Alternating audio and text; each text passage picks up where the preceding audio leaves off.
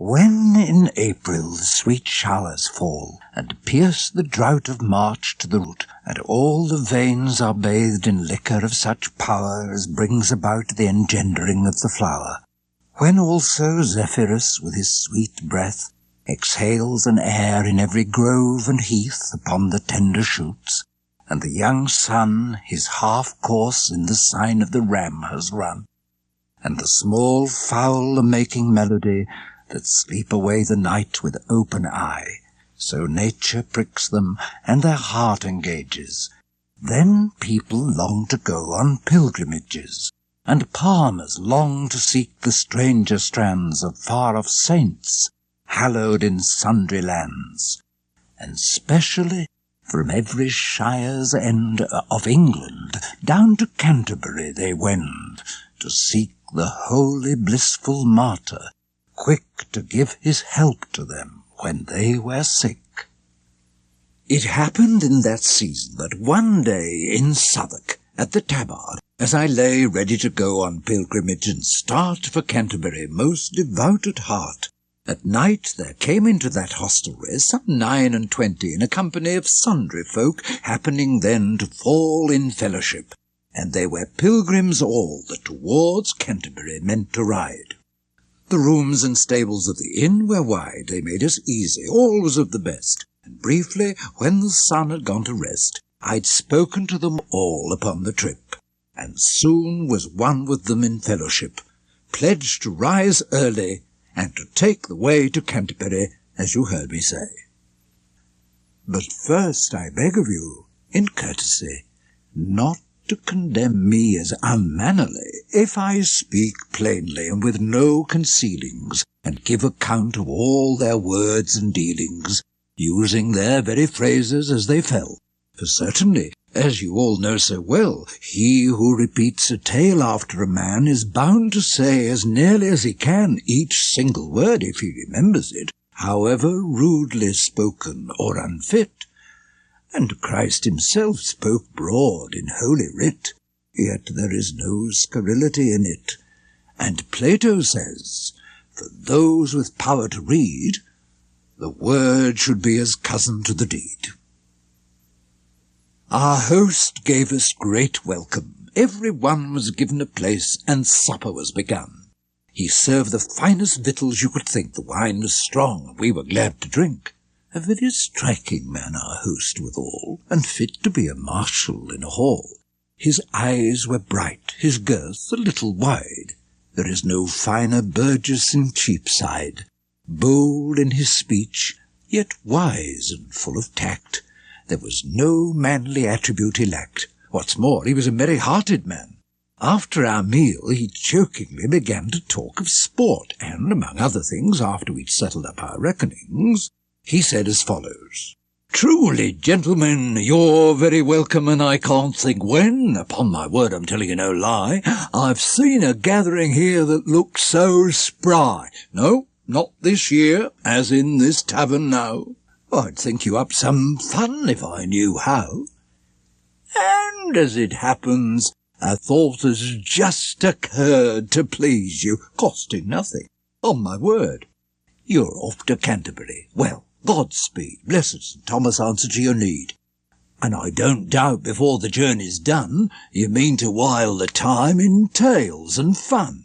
Indeed, there's little pleasure for your bones riding along and all as dumb as stones. So, let me then propose for your enjoyment, just as I said, a suitable employment.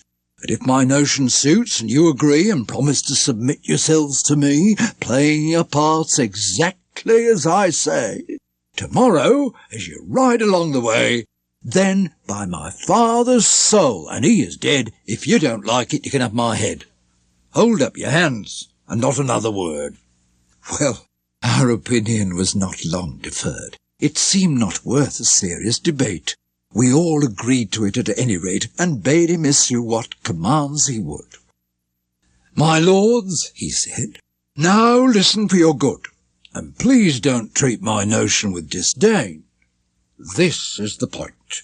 I'll make it short and plain. Each one of you shall help to make things slip by telling 2 stories on the outward trip to Canterbury. That's what I intend, and on the homeward way to Journey's End, another 2. Tales from the days of old. And then the man whose story is best told, that is to say, who gives the fullest measure of good morality and general pleasure, he shall be given a supper, paid by all, here in this tavern, in this very hall, when we come back again from Canterbury.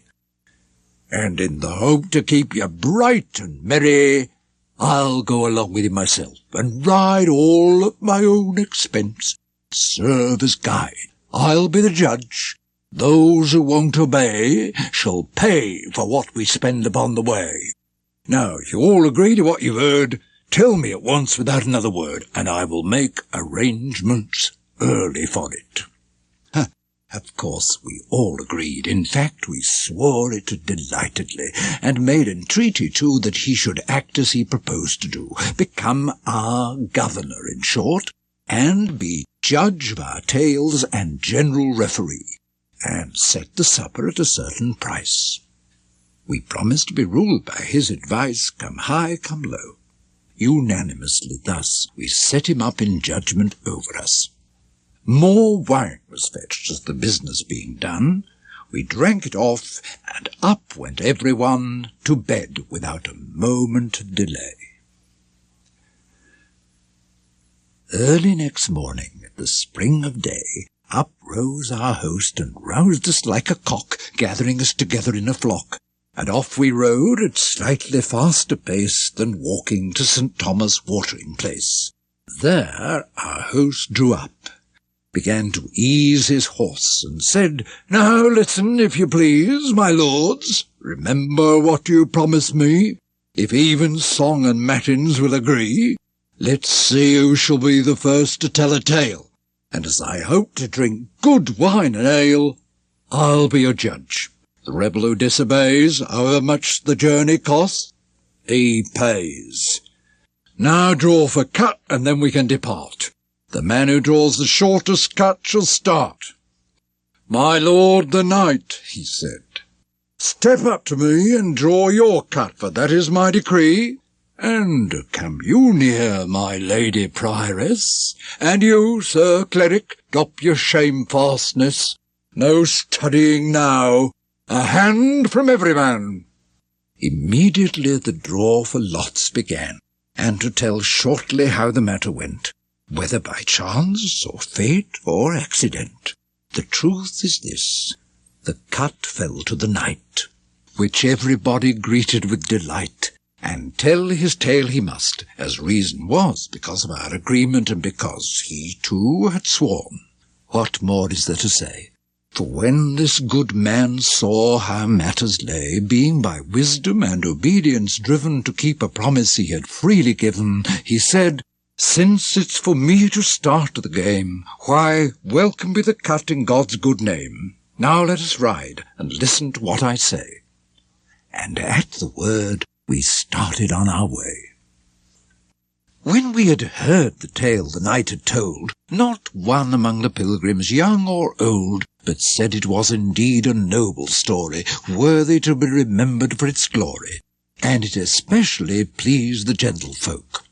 Our host began to laugh and swore in joke, "It's going well, we've opened up the bail. Now let me see, who'll tell another tale?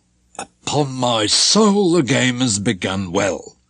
Come on, Sir Monk, if you've a tale to tell, repay the knight a little for his tale." The miller, very drunk and rather pale, was straddled on his horse, half on, half off, and in no mood for manners, or to doff his hood or hat, or wait on any man, but in a voice like Pilate's he began to huff and swear, "By blood and bones and belly, I've got a noble story I can tell 'ee. I'll pay the knight his wages, not the monk." Our host perceived at once that he was drunk, and said, "Now hold on, Robin, dear old brother. We'll get some better man to tell another. You wait a bit. Let's have some common sense." "God's soul, I won't," said he. "At all events I mean to talk, or else I'll go my way."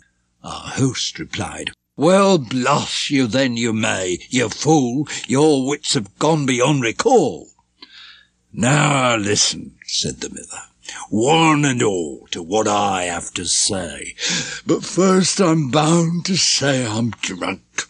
I know it by my sound, and if the words get muddled in my tale, just put it down to too much Southwark ale. I will relate a legend and a life of an old carpenter and of his wife, and how a student came and set his cap." The reeve looked up and shouted, "Shut your trap! Give over with your drunken harlotry. It is a sin and foolishness," said he, "to slander any man or bring a scandal on wives in general. Why can't you handle some other tale? There's other things beside." To this the drunken miller then replied, "My dear old brother Oswald, such is life. A man's no cuckold if he has no wife." This miller was a chap of 16 stone, a great stout fellow, big in brawn and bone, and he could knock a door down with his head. His beard, like in his sow or fox, was red and broad as well as though it were a spade, and at its very tip his nose displayed a wart on which there stood a tuft of hair, red as the bristles in an old sow's ear. His mighty mouth was like a furnace door. Of filthy tavern stories he'd quite a store. What can I add? The miller had begun. He would not hold his peace for anyone, but told his churl's tale his own way, I fear. And I regret I must repeat it here. And so I beg of all who are refined, for God's love, not to think me ill-inclined or evil in my purpose. I rehearse their tales as told, for better or for worse, for else I should be false to what occurred. So, if this tale had better not be heard, just turn the page and choose another sort. You'll find them here in plenty, long and short, many historical, that will profess morality, good breeding, saintliness. Do not blame me if you should choose amiss. The miller was a churl, I've told you this. So was the reeve, and other folk as well. And bawdy tales were all they had to tell. Consider then, and hold me free of blame. And why be serious about a game? Some time ago there was a rich old codger who lived in Oxford and who took a lodger. The fellow was a carpenter by trade, his lodger a poor student who had made some studies in the arts, but all his fancy turned to astrology and geomancy, and he could deal with certain propositions and make a forecast under some conditions about the likelihood of drought or showers for those who asked at favourable hours, or put a question how their luck would fall in this or that. I can't describe them all. This lad was known as Nicholas the Gallant, and making love in secret was his talent, for he was very close and sly, and took advantage of his meek and girlish look. He rented a small chamber in the Kip all by himself without companionship. He decked it charmingly with herbs and fruit, and he himself was sweeter than the root of licorice or any fragrant herb. His astronomic textbooks were superb.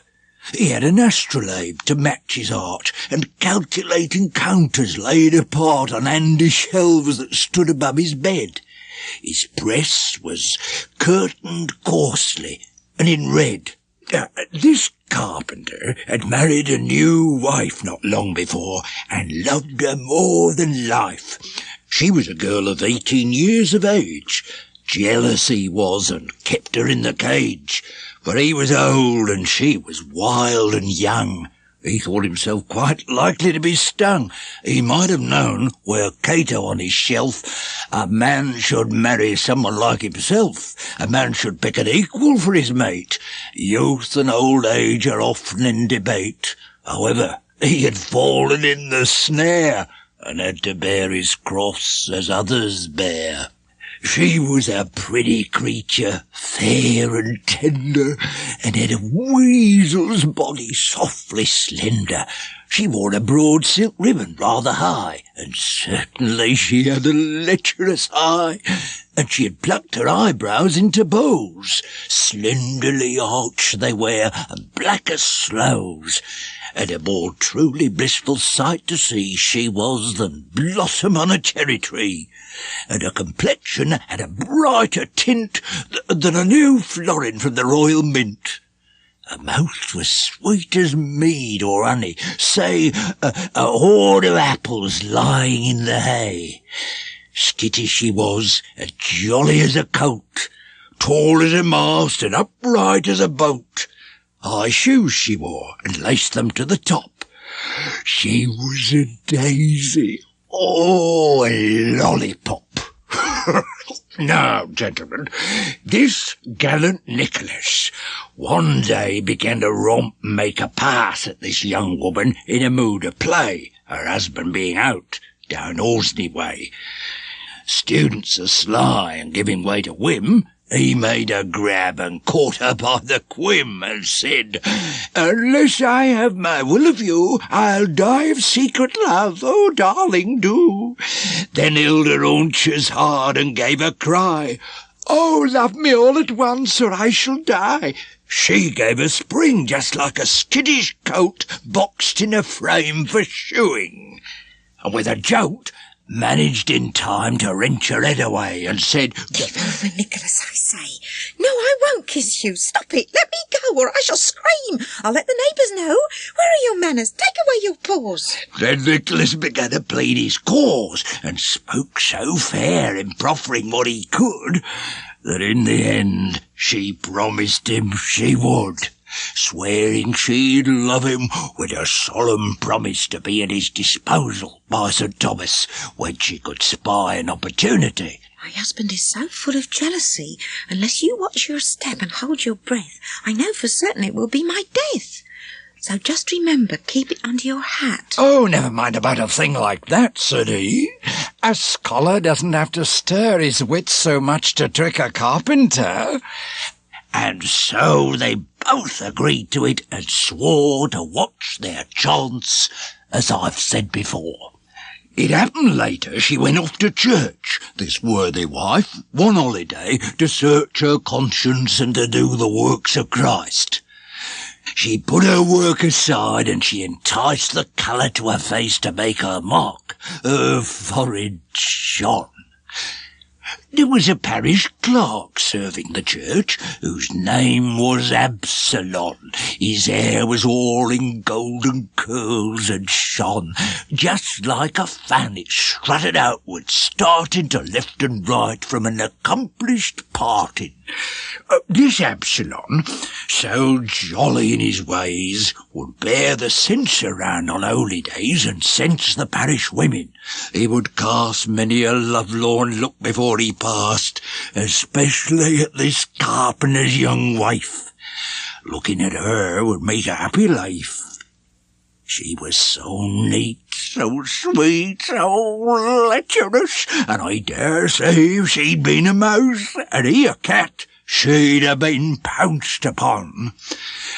That evening, when the moon was shining bright, he ups with his guitar and off he tours on the lookout for any paramours.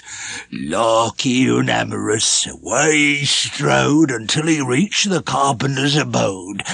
A little after cockcrow, took his stand beside the casement window close at hand.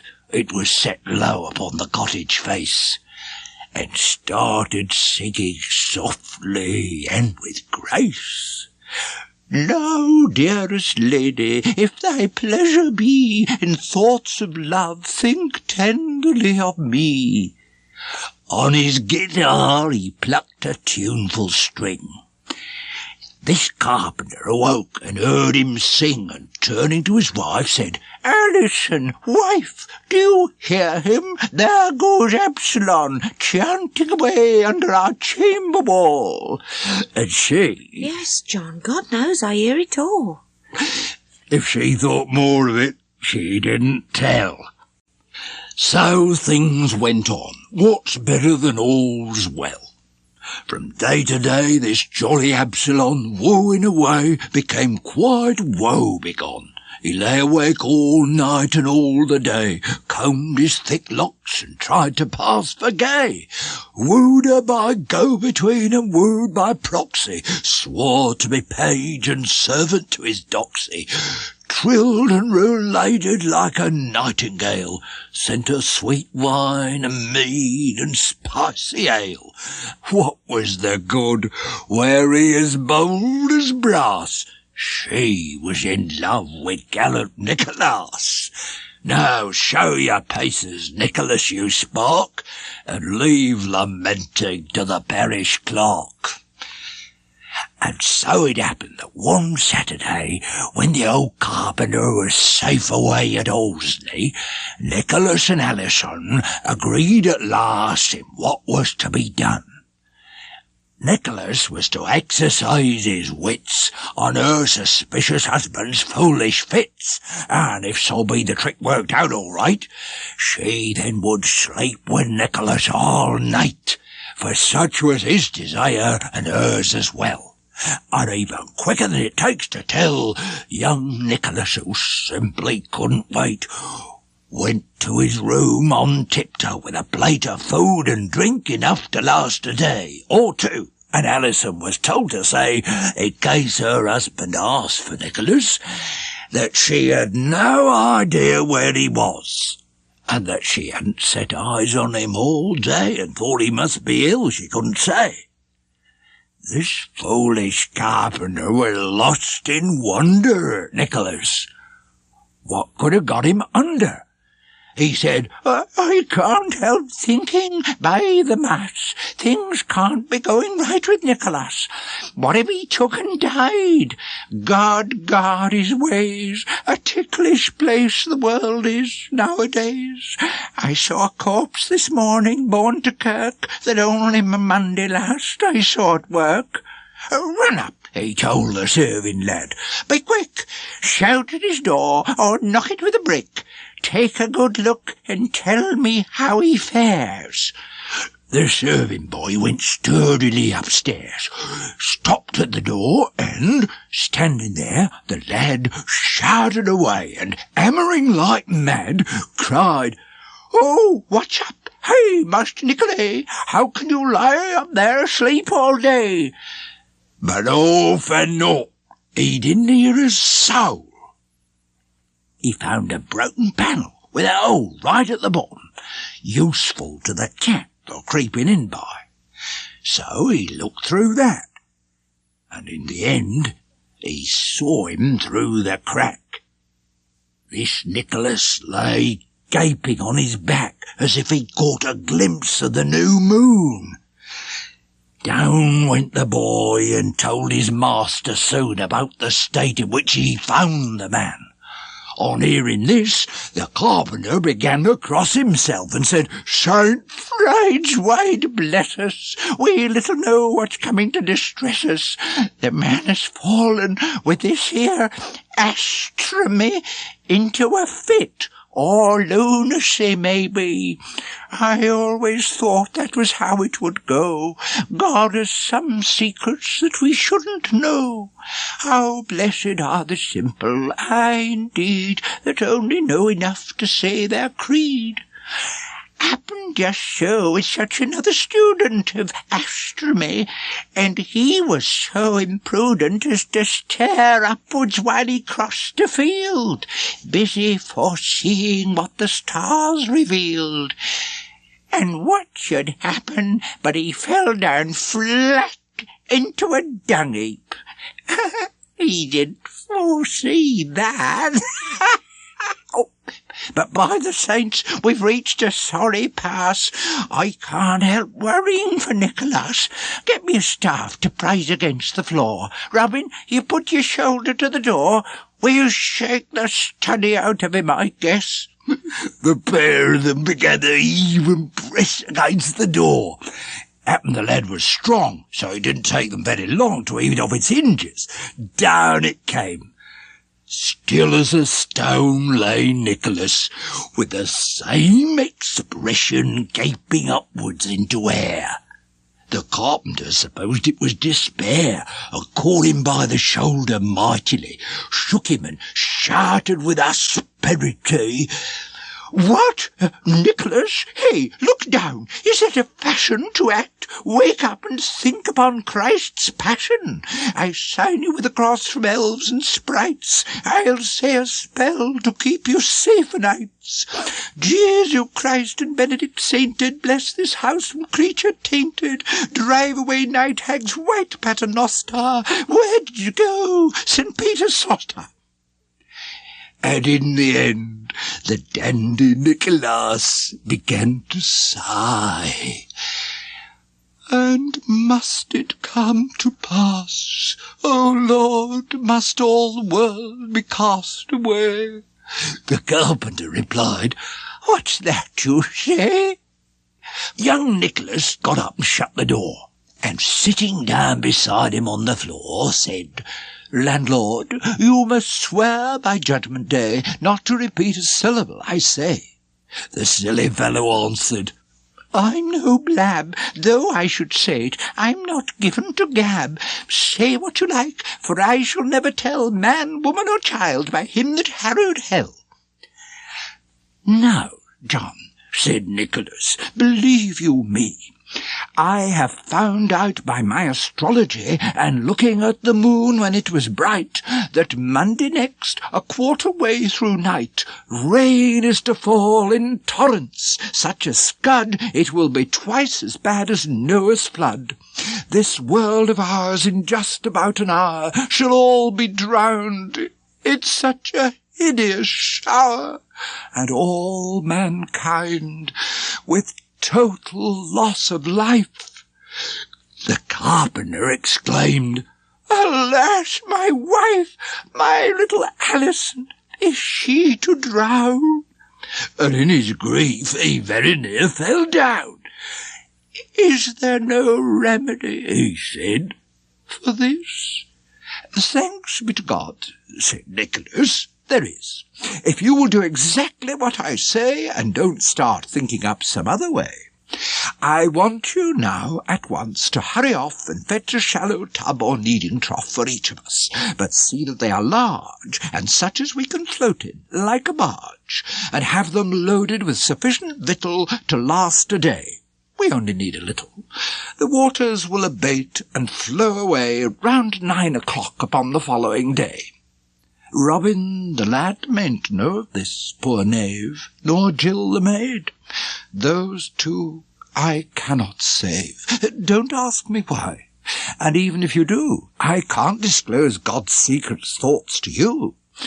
You should be satisfied, unless you're mad, to find as great a grace as Noah had. And I shall save your wife, you needn't doubt it. Now off you go, and hurry up about it. And when the tubs have been collected, 3, that's 1 for her, and for yourself, and me, then hang them in the roof below the thatching, that no one may discover what we are hatching. When you have finished doing what I said, and stowed the victuals in them overhead, also an axe to hack the ropes apart, so when the water rises, we can start. And lastly, when you've broken out the gable, the garden one that's just above the stable, so that we may cast free without delay after the mighty shower has gone away, you'll float as merrily, I undertake, as any lily-white duck behind her drake. We shall be lords for all the rest of life of all the world, like Noah and his wife. One thing I warn you of, it's only right, we must be very careful on the night. Your wife and you must hang some way apart, for there must be no sin before we start. Tomorrow night, when everyone's asleep, we'll all go quietly upstairs and creep into our tubs, awaiting heaven's grace. And now be off. No time to put the case at greater length, no time to sermonize. The proverb says, say nothing, send the wise. The silly carpenter then went his way, muttering to himself, alas the day, and told his wife in strictest secrecy. She was aware far more indeed than he what this quaint stratagem might have in sight, but she pretended to be dead with fright. Alas, alack, whatever it may cost, hurry and help, or we shall all be lost. I am your honest, true and wedded wife. Go, dearest husband, help to save my life. Our fancy throws us into perturbation. People can die of mere imagination. So deep is the impression one can take. This silly carpenter began to quake.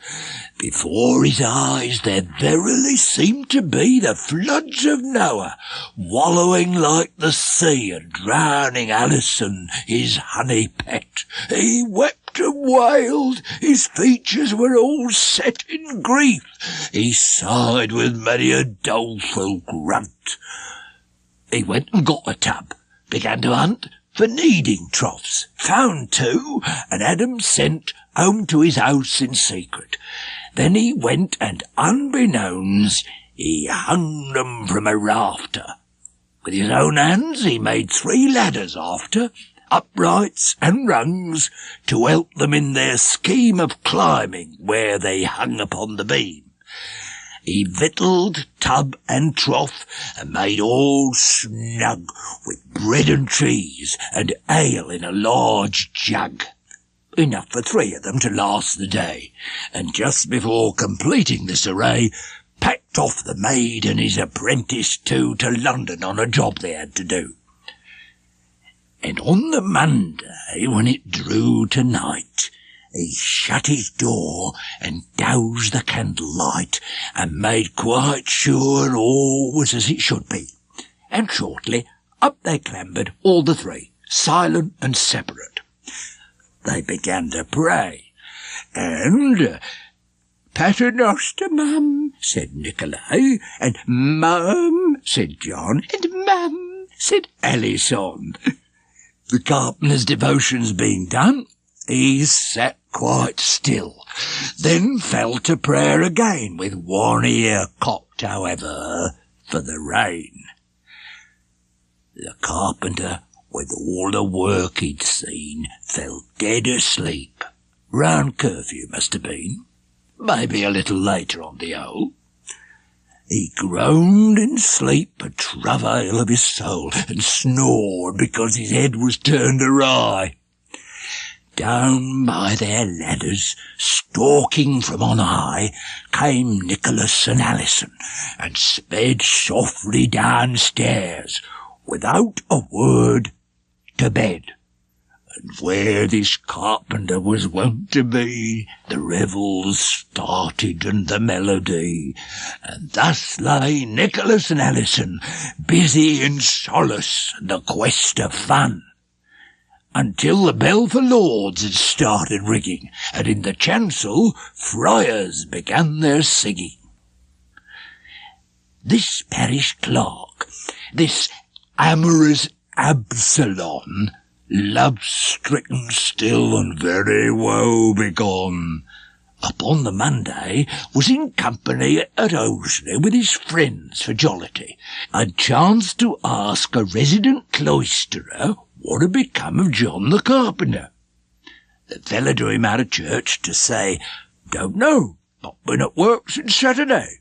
I can't say where he is. I think he went to fetch the abbot timber. He's sent often enough for timber as to go out to the Grange and stop a day or so. If not, he's certainly at home today, but where he is, I can't exactly say." Absalom was a jolly lad and light of heart. He thought, "I'll stay awake tonight. I'm certain that I haven't seen him stirring about his door since dawn. It's safe inferring that he's away. As I'm alive, I'll go and tap his window softly at the crow of cock. The sill is low set on the wall. I shall see Alison and tell her all my love-longing, and I can hardly miss some favour from her, at least a kiss. I'll get some satisfaction anyway.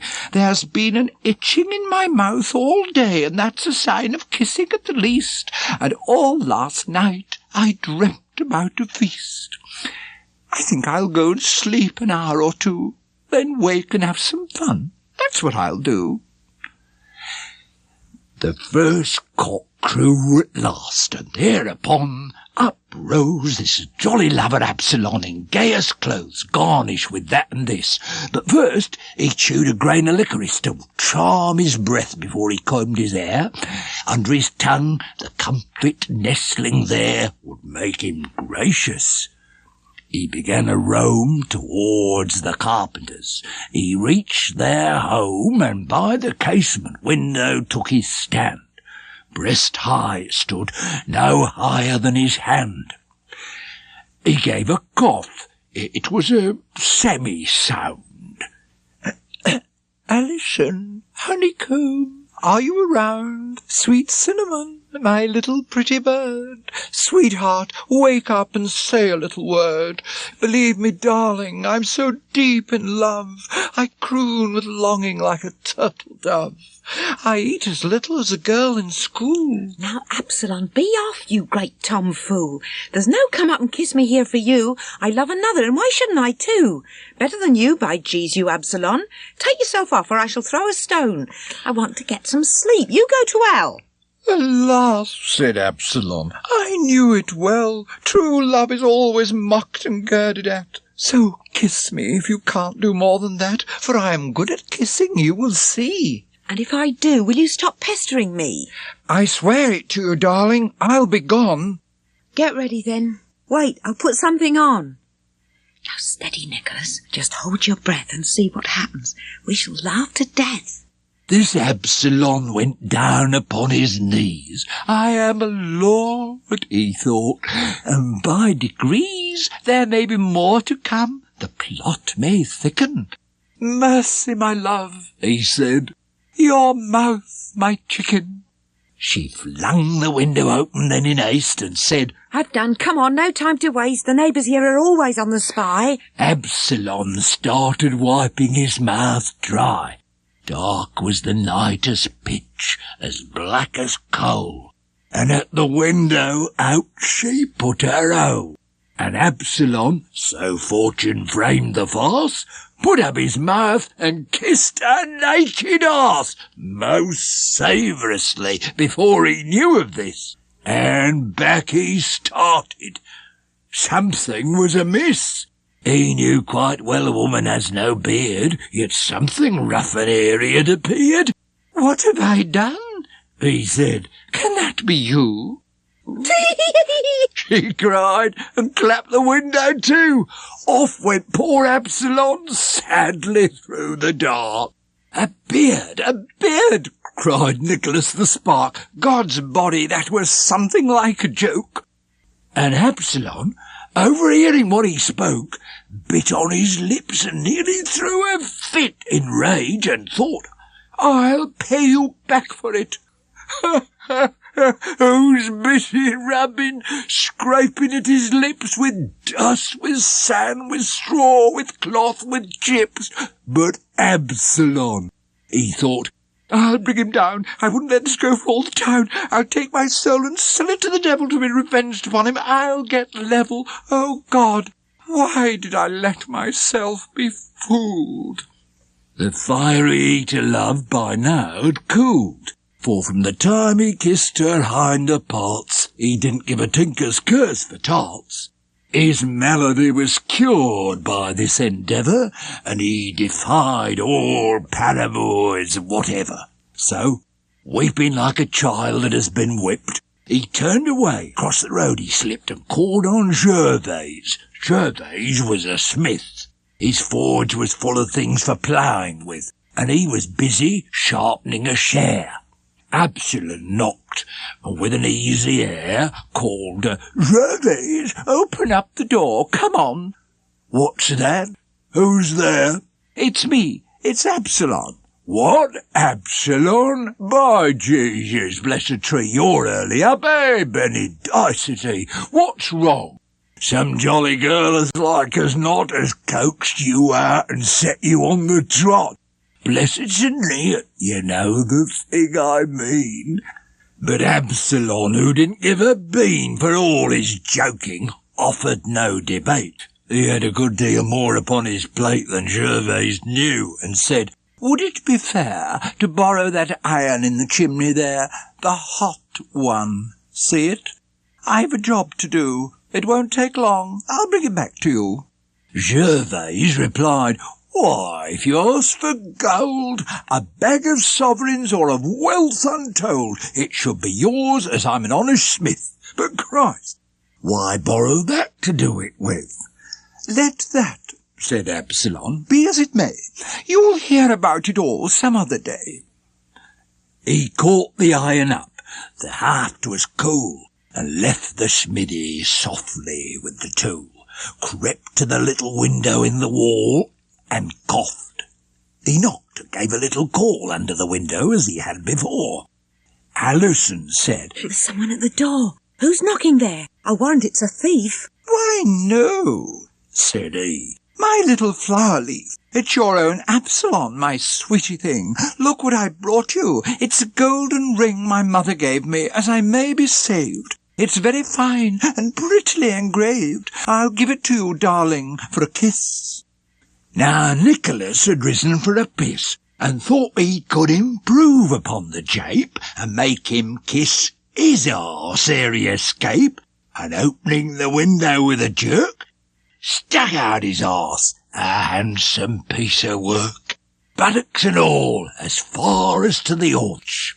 Said Absalom, all set to make a launch, "Speak, pretty bird, I know not where thou art."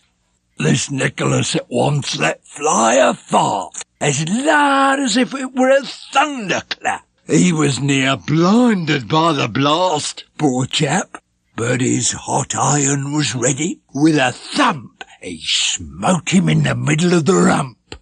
Off went the skin a hand's breadth round about, where the hot iron struck and burnt it out. Such was the pain, he thought he must be dying, and mad with agony, he started crying, "Help! Water! Water! Help! For heaven's love!" The carpenter, startled from sleep above, and hearing shouts for water and a thud, thought, "Heaven help us! Here comes Noel's flood!" And up he sat, and with no more ado, he took his axe and smote the ropes in two, and down went everything. He didn't stop to sell his bread and ale, but came down flop upon the floor and fainted right away. Up started Alison and Nicolay, and shouted help and murder in the street. The neighbours all came running up in heat, and stood there staring at the wretched man. He lay there fainting, pale beneath his tan. His arm in falling had been broken double, but still he was obliged to face his trouble, for when he spoke he was at once borne down by Nicholas and his wife. They told the town that he was mad. They'd got into his blood some sort of nonsense about Noel's flood. The vain imaginings and fantasy had made him buy the kneading tubs, that he had hung them in the rafters up above, and that he begged them both, for heaven's love, to sit up in the roof for company. All started laughing at this lunacy, and streamed upstairs to gape and pry and poke, and treated all his sufferings as a joke. No matter what the carpenter asserted, it went for nothing. No one was converted. With powerful oaths they swore the fellow down, and he was held for mad by all the town. The students all ganged up with one another, saying, "The fellow's crazy, my dear brother. and everyone among them laughed and joked. And so the carpenter's wife was truly poked, as if his jealousy to justify. And Absalom has kissed another eye, and Nicholas is branded on the bum, and God bring all of us to kingdom come. Our host then asked the priest to carry on.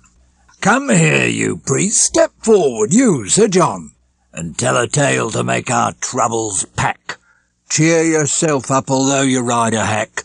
What if your ugly horse is poor and thin? If it will serve you, never care a pin, and always keep your heart up. That's the test. Yes, he replied. Yes, host, I'll do my best. Not to be merry would deserve reproach. And he immediately began to broach his story to us as we all rode on. This charming priest and kindly man, Sir John. Once, long ago, there dwelt a poor old widow in a small cottage by a little meadow beside a grove and standing in a dale. This widow woman, of whom I tell my tale, since the sad day when last she was a wife, had led a very patient, simple life. She had a yard that was enclosed about by a stockade and a dry ditch without, in which she kept a cock called Chanticleer. In all the land for crowing he'd no peer. His voice was jollier than the organ blowing in church on Sundays. He was great at crowing. Far, far more regular than any clock or abbey bell, the crowing of this cock. His comb was redder than fine coral, tall and battlemented like a castle wall. His bill was black and shone as bright as jet. Like azure were his legs, and they were set on azure toes, with nails of lily white. Like burnished gold his feathers, flaming bright. This gentle cock was master in some measure of 7 hens, all there to do his pleasure. They were his sisters and his paramours, coloured like him in all particulars. She, with the loveliest dyes upon her throat, was known as gracious Lady Pertilote. Courteous she was, discreet and debonair, companionable too, and took such care in her deportments, since she was 7 days old, she held the heart of Chanticleer controlled, locked up securely in her every limb. Oh, what a happiness his love to him! And such a joy it was to hear them sing, as when the glorious sun began to spring, in sweet accord, my love is far from land. For in those far-off days, I understand, all birds and animals could speak and sing. Now it befell, as dawn began to spring, when Chanticleer and Pertilote and all his wives were perched in this poor widow's hall, fair Pertilote was next him on the perch. This Chanticleer began to groan and lurch like someone sorely troubled by a dream, and Pertilote, who heard him roar and scream, was quite aghast and said, "Oh, dearest heart, what's ailing you? Why do you groan and start? Fie, what a sleeper, what a noise to make!" "Madam," he said, "I beg you not to take offence, but by the Lord, I had a dream so terrible just now I had to scream. Within our yard I saw a kind of beast, a sort of hound, that tried, or seemed at least to try and seize me, would have killed me dead. His colour was a blend of yellow and red, his ears and tail were tipped with sable fur, unlike the rest. He was a russet cur. Small was his snout, his eyes were glowing bright. It was enough to make one die of fright. That was no doubt what made me groan and swoon." For shame, you timorous poltroon! Alas, what cowardice! By God above, you forfeited my heart and lost my love. I cannot love a coward, come what may. By God above, for shame! How dare you say that there was anything at all you feared? Have you no manly heart to match your beard? And can a dream reduce you to such terror? Dreams are a vanity, God knows, pure error. Dreams are engendered in the too replete from vapours in the belly, which compete. And there are other vapours that I know that on a sleeping man will work their woe. But I'll pass on as lightly as I can. Take Cato now, that was so wise a man, did he not say, take no account of dreams? Now, sir, look here, on flying from these beams, for love of God, do take some laxative. Upon my soul, that's the advice to give for melancholy choler. Let me urge you free yourself from vapours with a purge, and that you may have no excuse to tarry, by saying this town has no apothecary, I shall myself instruct you and prescribe herbs that will cure all vapours of that tribe, herbs from our very farmyard. You will find their natural property is to unbind and purge you well beneath and well above. Now don't forget it, dear, for God's own love. Worms for a day or two I'll have to give as a digestive. Then your laxative, centauri, fumitory, caper spurge, and hellebore will make a splendid purge. And then there's laurel, or the blackthorn berry, ground ivy too, that makes our yard so merry. Pick them right up, my dear, and swallow whole. Be happy, husband, by your father's soul. Don't be afraid of dreams. I'll say no more. Madam, he said, I thank you for your law, but with regard to Cato all the same, his wisdom has no doubt a certain fame. But though he said that we should take no heed of dreams, by God, in ancient books I read of many a man of more authority than ever Cato was, believe you me, who say the very opposite is true, and prove their theories by experience too.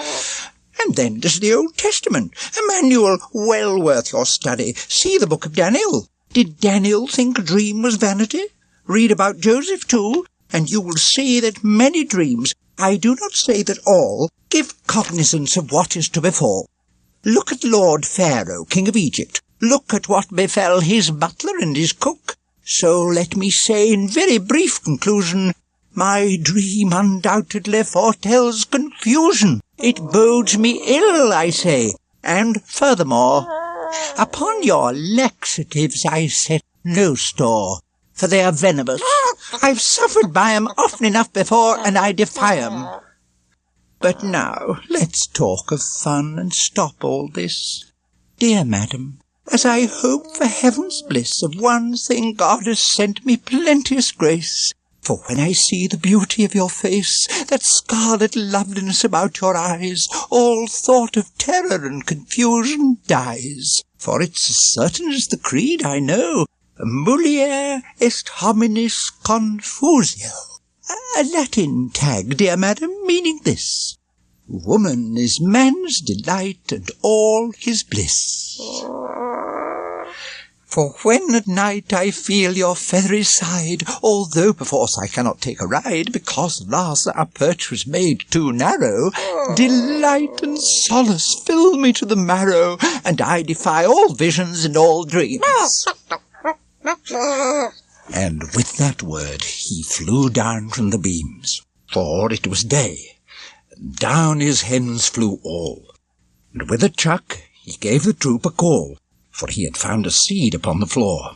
Royal he was afraid no more.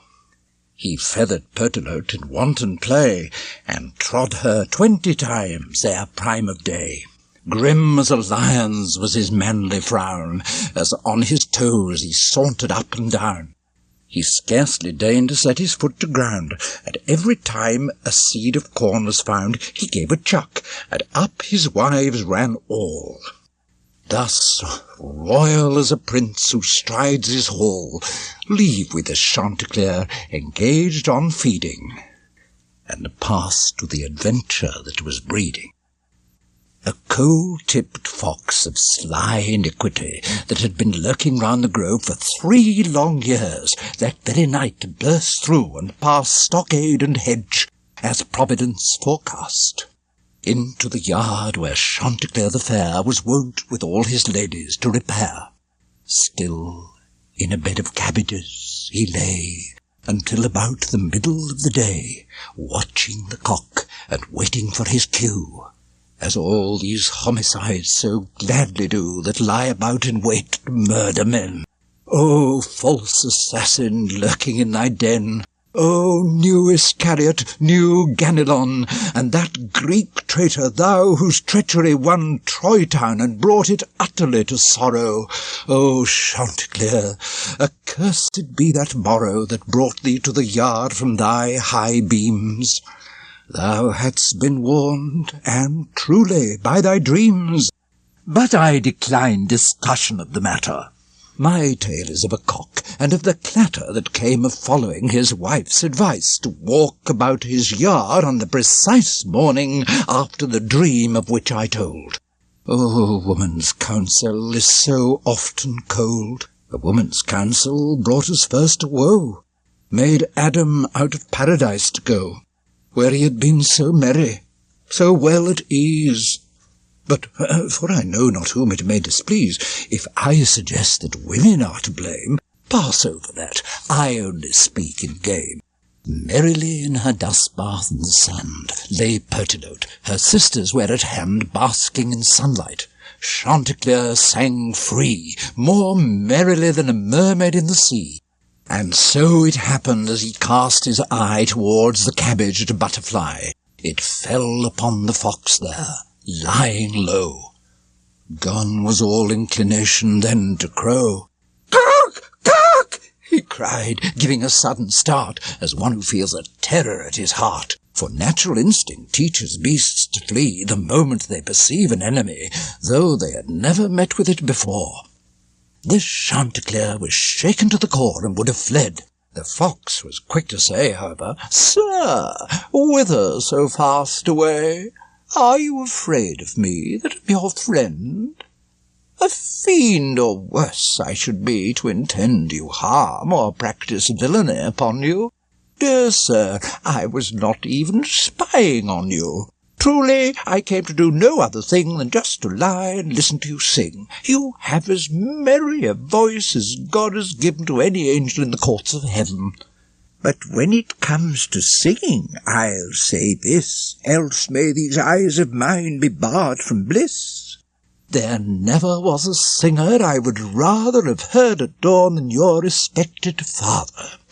All that he sang came welling from his soul, and how he put his voice under control, the pains he took to keep his eyes tight shut in concentration. Then the tiptoes strut, the slender neck stretched out, the delicate beak. No singer could approach him in technique.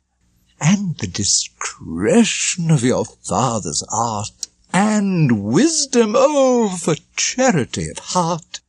Can you not emulate your sire and sing?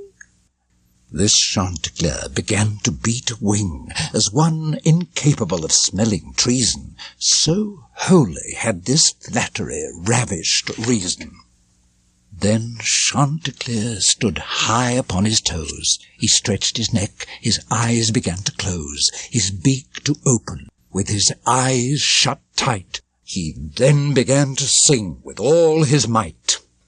Sir Russell Fox leapt into the attack, grabbing his gourd as he flung him o'er his back, and off he bore him to the woods, the brute. And for the moment there was no pursuit.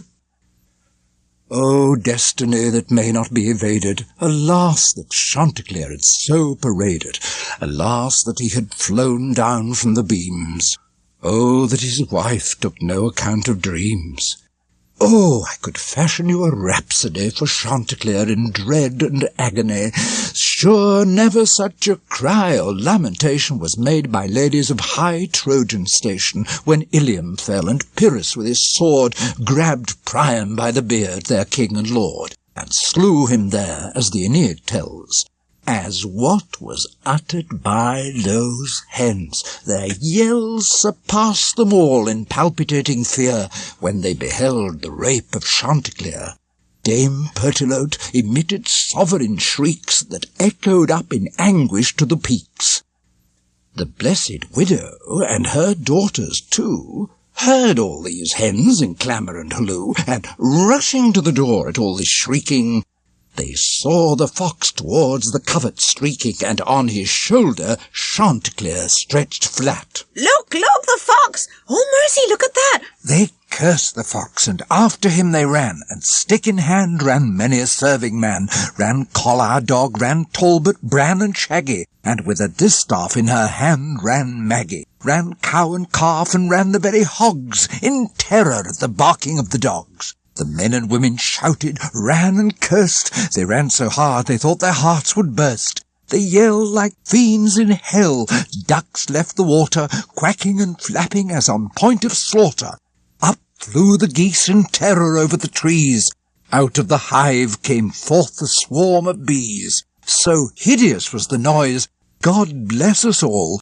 Jack Straw and all his followers in their brawl were never half so shrill, for all their noise, when they were murdering those Flemish boys, as that day's hue and cry upon the fox.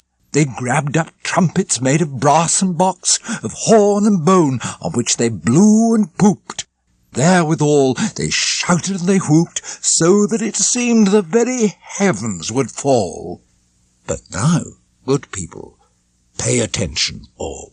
See how Dame Fortune quickly changes side, and robs her enemy of hope and pride.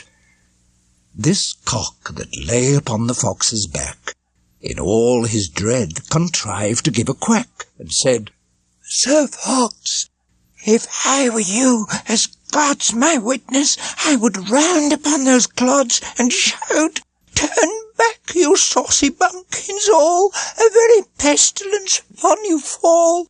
Now that I have in safety reached the wood, do what you like, the cock is mine for good. I'll eat him there, in spite of everyone. The fox replied, Faith, it shall be done, opened his mouth and spoke. The nimble bird, breaking away upon the uttered word, flew high into the tree-tops on the spot. Alas, he cried, alas, my Chanticleer, I've done you grievous wrong, indeed I fear I must have frightened you. I grabbed too hard when I caught hold and took you from the yard, but, sir, I meant no harm. Don't be offended. Come down, and I'll explain what I intended. So help me God, I'll tell the truth on oath.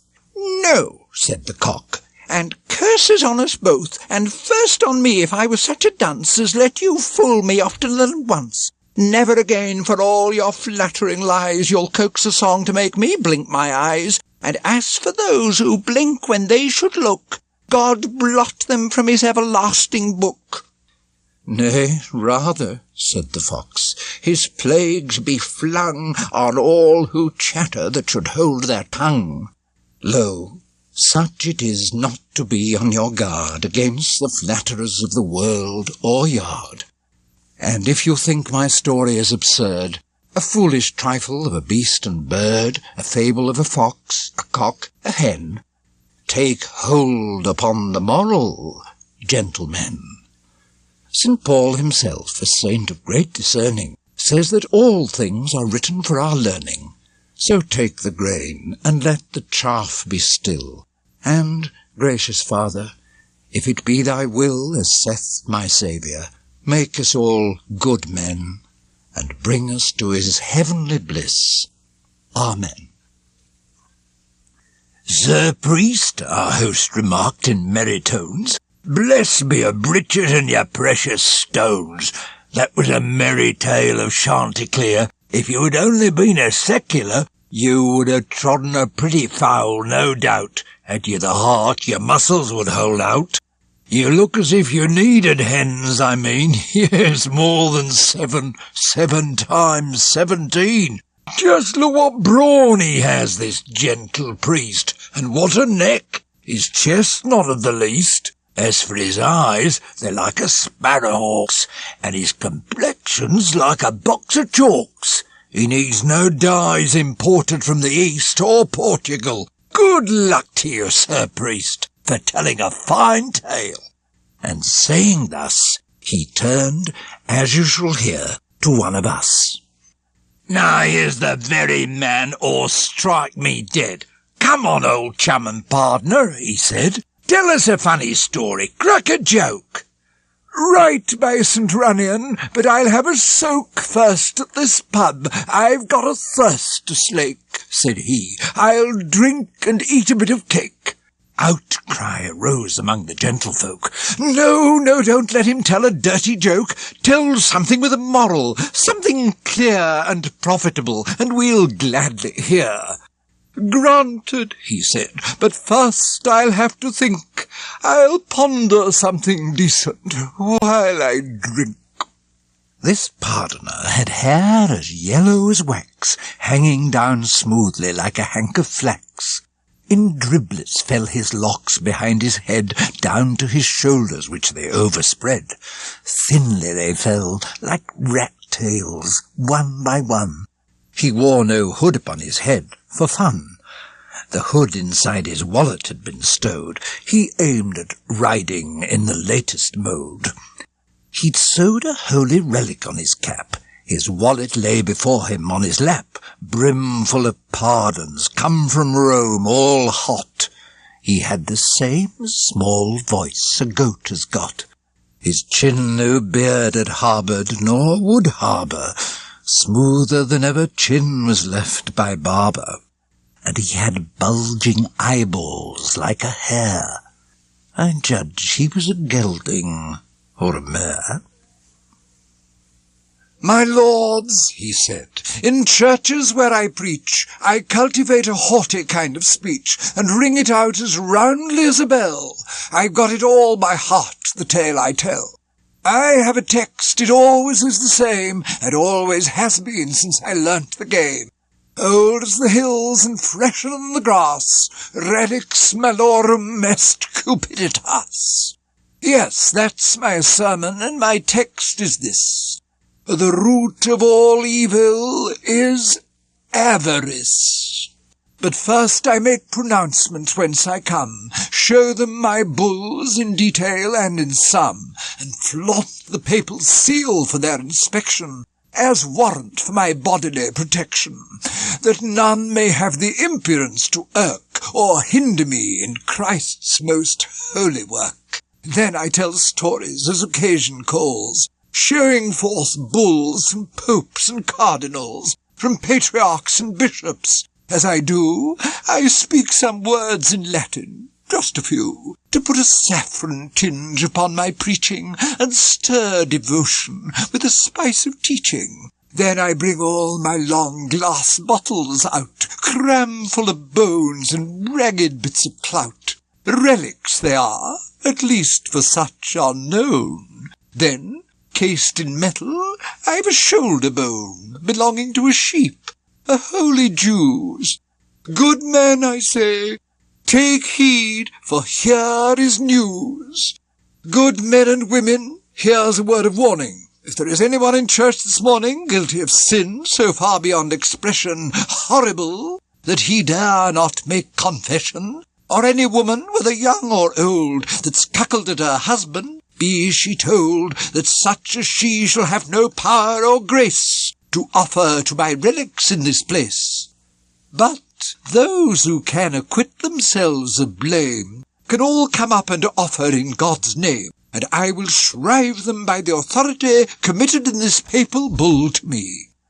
That trick's been worth 100 marks a year since I became a pardoner, never fear. Then, priest-like in my pulpit, with a frown I stand, and when the yokels have sat down, I preach, as you have heard me say before, and tell 100 lying mockeries more. I take great pains, and stretching out my neck to east and west, I crane about, and peck just like a pigeon sitting on a barn. My hands and tongue together spin the yarn, and all my antics are a joy to see. The curse of avarice and cupidity is all my sermon, for it frees the pelf. Out come the pence, and specially for myself, for my exclusive purpose is to win, and not at all to castigate their sin. Once dead, what matter how their souls may fare? They can go blackberrying for all I care. But let me briefly make my purpose plain. I preach for nothing but for greed of gain, and use the same old text as bold as brass, radix malorum est cupiditas. And thus I preach against the very vice I make my living out of, avarice. And yet, however guilty of that sin myself, with others I have power to win them from it. I can bring them to repent. But that is not my principal intent. Covetousness is both the root and stuff of all I preach. That ought to be enough. What, do you think, as long as I can preach and get their silver for the things I teach, that I will live in poverty from choice? That's not the counsel of my inner voice. No, let me preach and beg from kirk to kirk, and never do an honest job of work. No, nor make baskets like St. Paul to gain a livelihood. I do not preach in vain. There's no apostle I would counterfeit. I mean to have money, wool and cheese and wheat, though it were given me by the poorest lad or poorest village widow, though she had a string of starving children all agape. No, let me drink the liquor of the grape and keep a jolly wench in every town. But listen, gentlemen, to bring things down to a conclusion, would you like a tale? Now, as I've drunk a draught of corn-ripe ale, by God it stands to reason I can strike on some good story that you all will like. For though I am a wholly vicious man, don't think I can't tell moral tale. I can. Here's one I often preach when out for winning. Now please be quiet. Here is the beginning. In Flanders once there was a company of youngsters haunting vice and ribaldry, riot and gambling, stews and public houses, where each with harp, guitar, or lute carouses, dancing and dicing day and night, and bold to eat and drink far more than they can hold. Oh, cursed gluttony, our first distress, cause of our first confusion, first temptation, the very origin of our damnation. Oh, drunkard, how disfigured is thy face, how foul thy breath, how filthy thy embrace. Having put gluttony in its proper setting, I wish to warn you against dice and betting.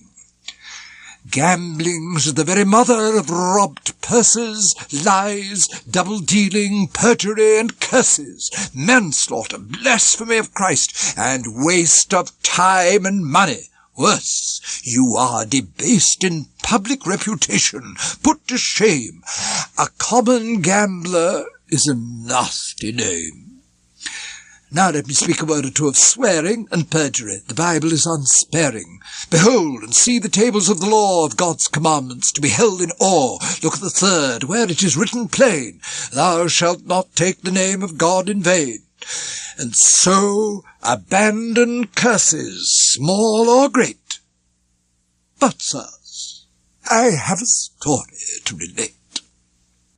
It's of 3 rioters I have to tell, who, long before the morning service bell, were sitting in a tavern for a drink, and as they sat, they heard the handbell clink before a coffin going to the grave. One of them called the little tavern knave, and said, Go and find out at once, look spry, whose corpse is in that coffin passing by, and see you get the name correctly, too. Sir, said the boy, no need, I promise you. 2 hours before you came here, I was told he was a friend of yours in days of old, and suddenly, last night, the man was slain, upon his bench, face up, dead drunk again. There came a privy thief, they call him Death, who kills us all round here, and in a breath he speared him through the heart. He never stirred. And then Death went his way without a word. He's killed 1,000 in the present plague, and, sir, it doesn't do to be too vague. If you should meet him, you'd best be wary. Be on your guard with such an adversary. Be primed to meet him everywhere you go. That's what my mother said. It's all I know. The publican joined in with, "By St. Mary, what the child says is right. You'd best be wary. This very year he killed in a large village a mile away, man, woman, servant, tillage, page in the household, children, all there were. Yes, I imagine that he lives round there. It's well to be prepared in these alarms. He might do you dishonour." "Ha! God's arms," the rioter said. "Is he so fierce to meet? I'll search for him by Jesu, street by street, God's blessed bones, I'll register a vow. Here, chaps, the three of us together now, hold up your hands like me, and we'll be brothers in this affair, and each defend the others, and we will kill this traitor, Death, I say. Away with him, as he has made away with all our friends, God's dignity, tonight."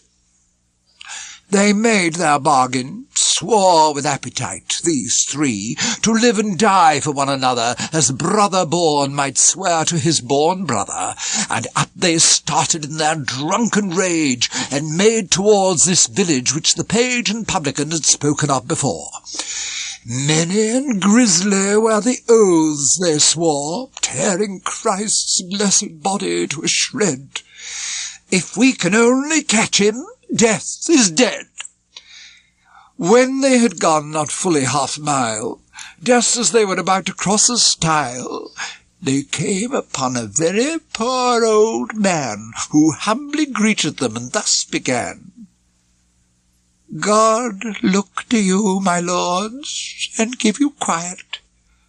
To which the proudest of these men of riot gave back the answer, "What, old fool, give place? Why are you all wrapped up except your face? Why live so long? Isn't it time to die?" The old fellow looked him in the eye and said, "Because I never yet found, though I've walked to India, searching round village and city on my pilgrimage, one who would change his youth to have my age. And so my age is mine, and must be still upon me for such time as God may will. Not even death, alas, will take my life. So, like a wretched prisoner at strife within himself, I walk alone and wait about the earth, which is my mother's gate, knocking with my staff from night to noon, and crying, 'Mother, open to me soon. Look at me, mother, won't you let me in? See how I wither, flesh and blood and skin. Alas, when will these bones be laid to rest? Mother, I would exchange, for that were best, the wardrobe in my chamber standing there so long, for yours, aye, for a shirt of hair to wrap me in. She has refused her grace. Whence comes the pallor of my withered face? But it dishonoured you when you began to speak so roughly, sir, to an old man, unless he had injured you in word or deed. It says in Holy Writ, as you may read, thou shalt rise up before the hoary head and honour it, and therefore be it said, do no more harm to an old man than you, being now young, would have another do when you are old. If you should live till then, and so may God be with you, gentlemen, for I must go whither I have to go." "By God," the gambler said, "you shan't do so. You don't get off so easy, by St. John. I heard you mention, just a moment gone, a certain traitor Death, who singles out and kills the fine young fellows hereabout. And you're his spy, by God. You wait a bit. Say where he is, or you shall pay for it. By God and by the Holy Sacrament.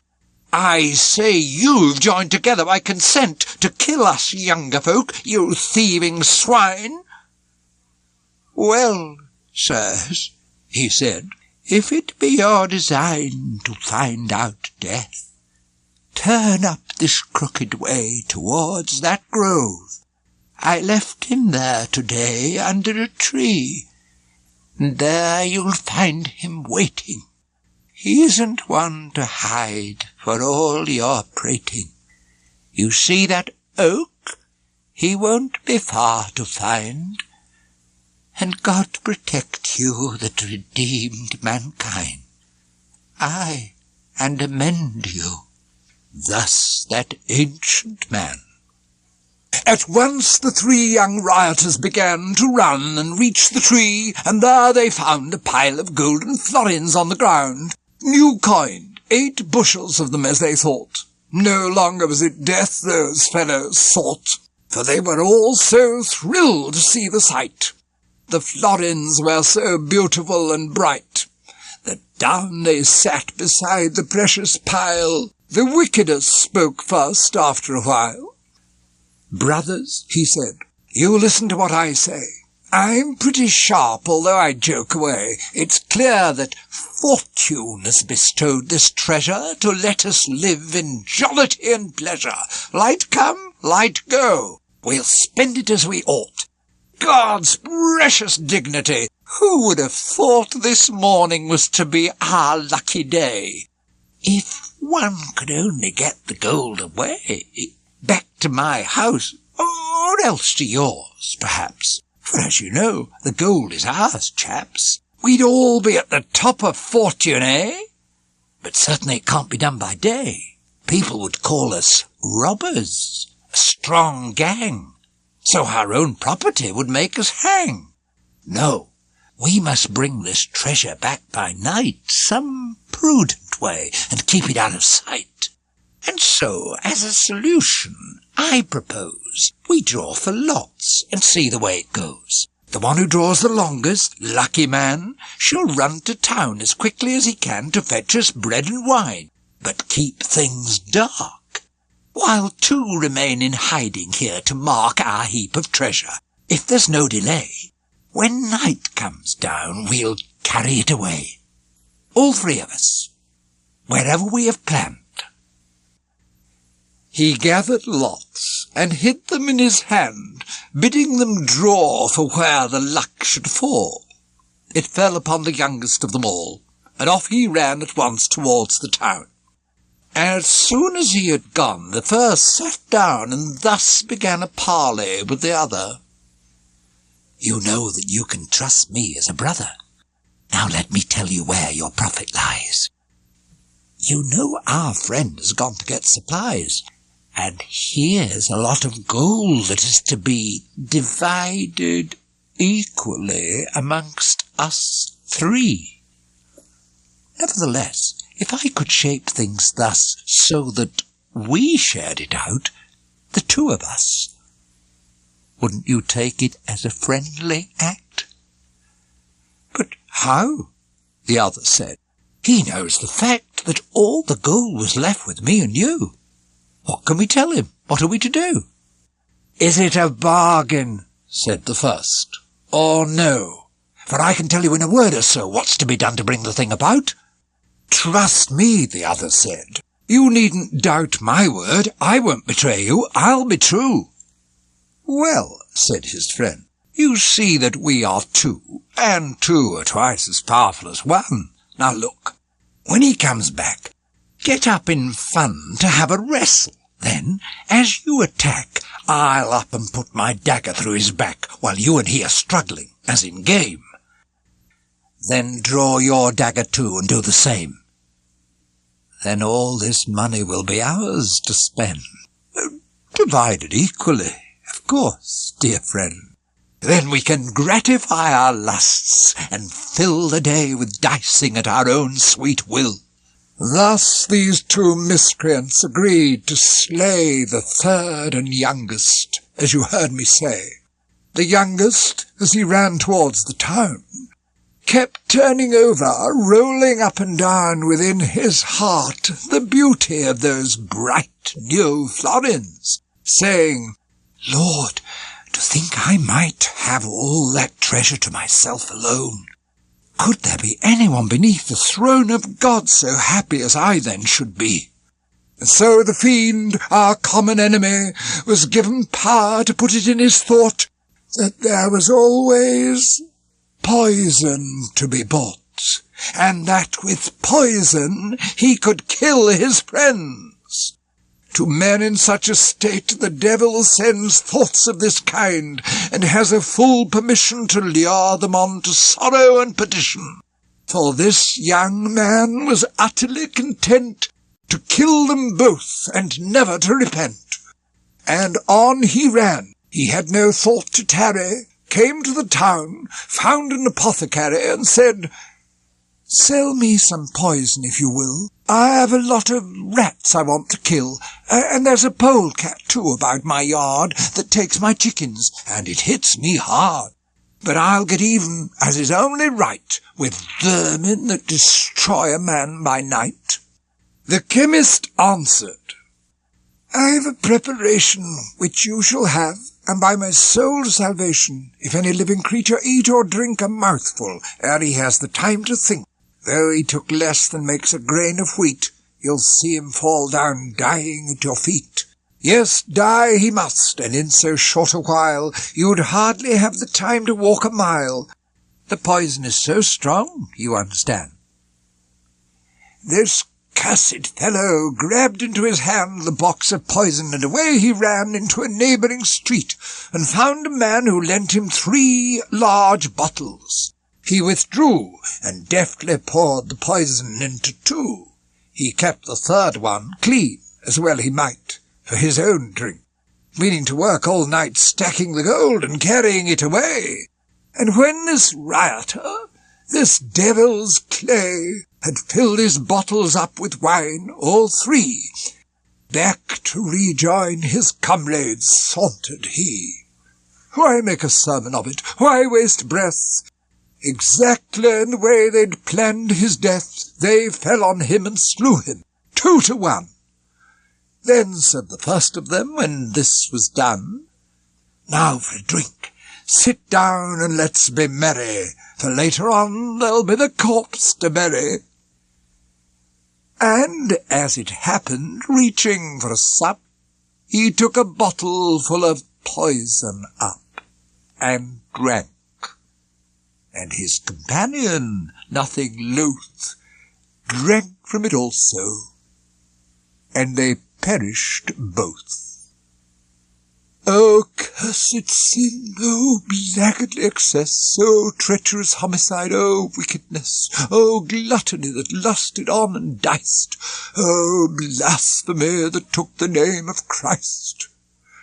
One thing I should have mentioned in my tale, dear people, I've some relics in my bail, and pardons too, as full and fine, I hope, as any in England, given me by the Pope.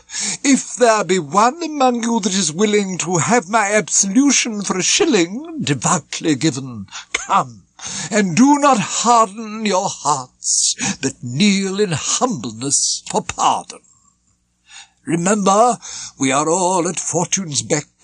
Your horse may throw you down and break your neck. What a security it is to all to have me here among you, and at call, with pardon for the lowly and the great, when soul leaves body for the future state.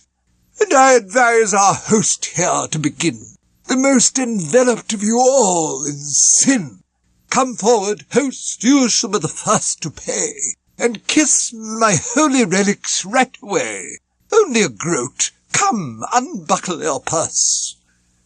No, no, said he, not I, and may the curse of Christ descend upon me if I do. You'll have me kissing your own breeches too, and swear they were the relics of a saint, although your own fundaments supplied the paint.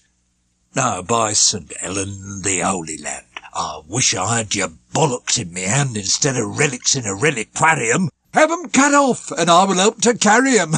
We'll have 'em shrined for you in a hog's turd. The pardoner said nothing, not a word. He was so angry that he couldn't speak.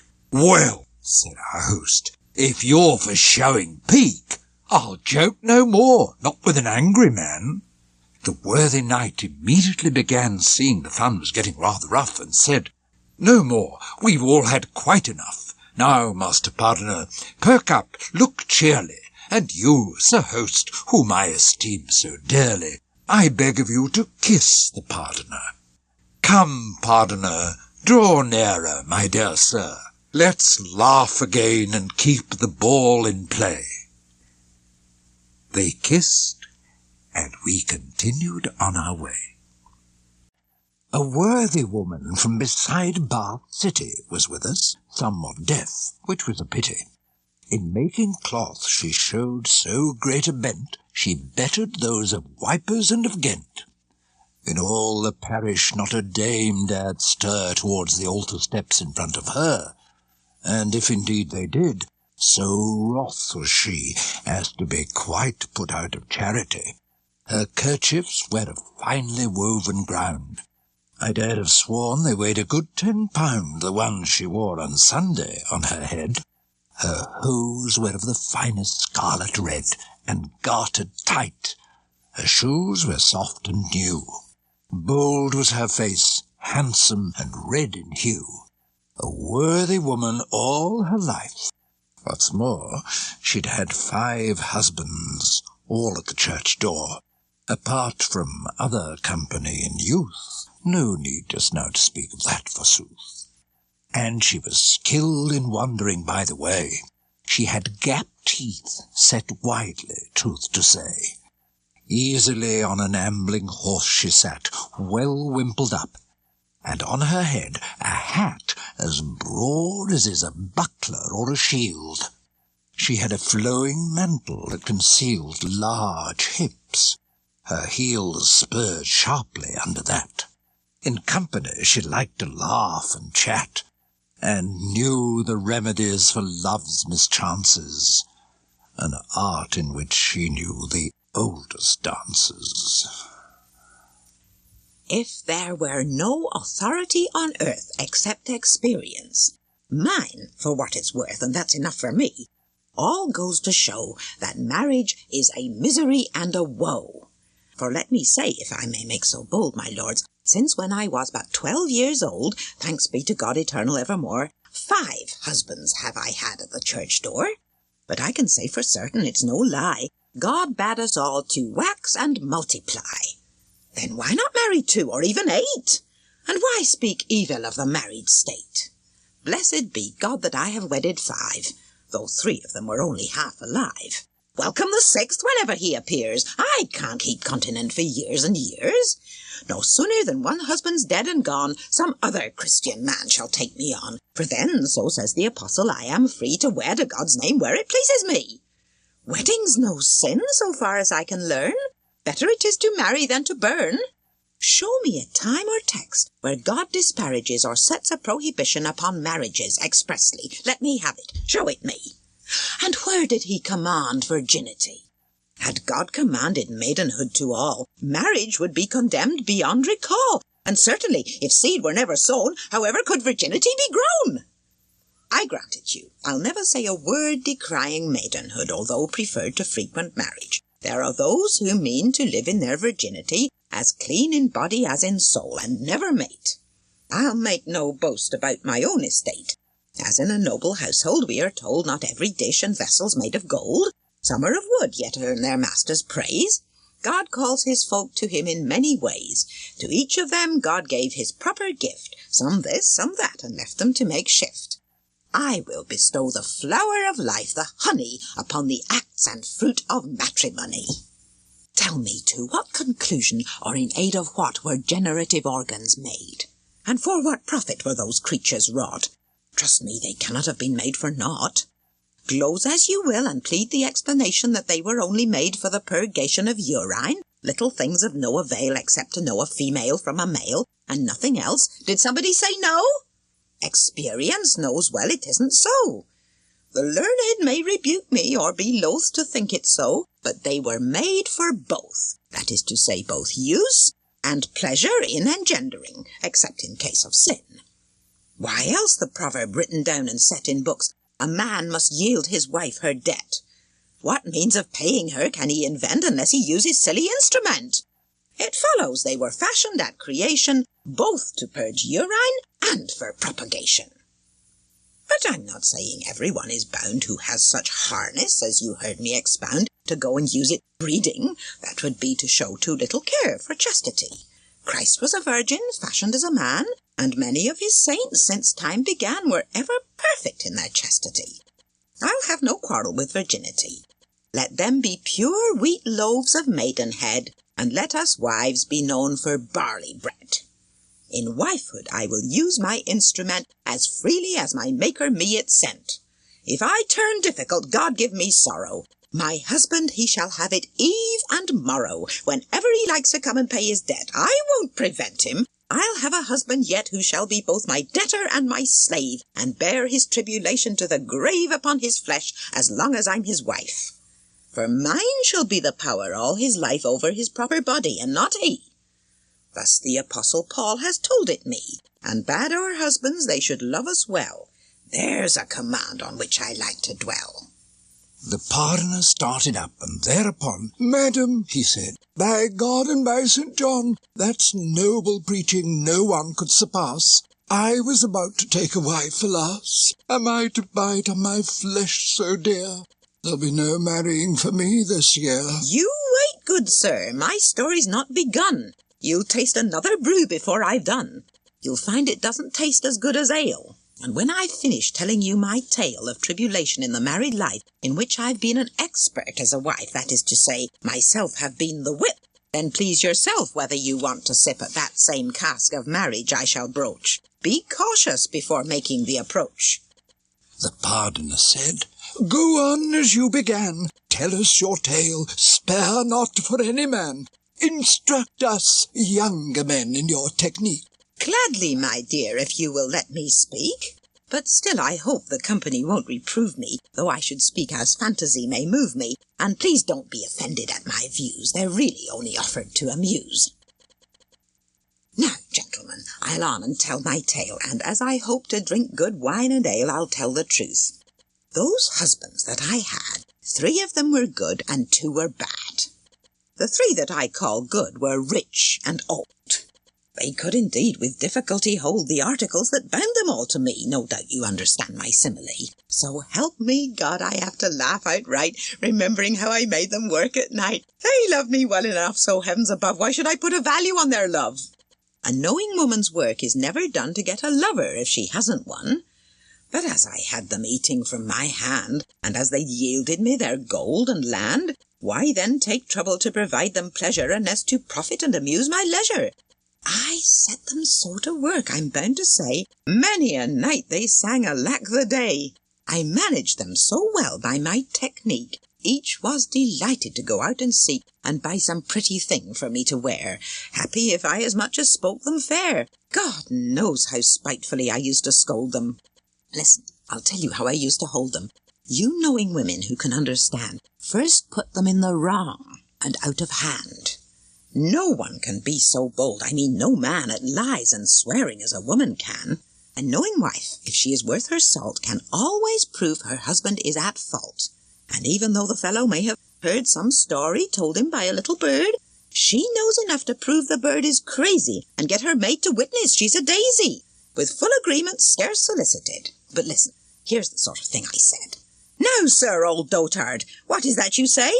Why is my neighbour's wife so smart and gay? She is respected everywhere she goes. I sit at home and have no decent clothes. Why haunt her house? What are you doing there? Are you so amorous? Is she so fair? What, whispering secrets to our maid? For shame, sir, ancient lecher. Time you dropped that game. And if I see my gossip or a friend, you scold me like a devil. There's no end if I as much as stroll towards his house.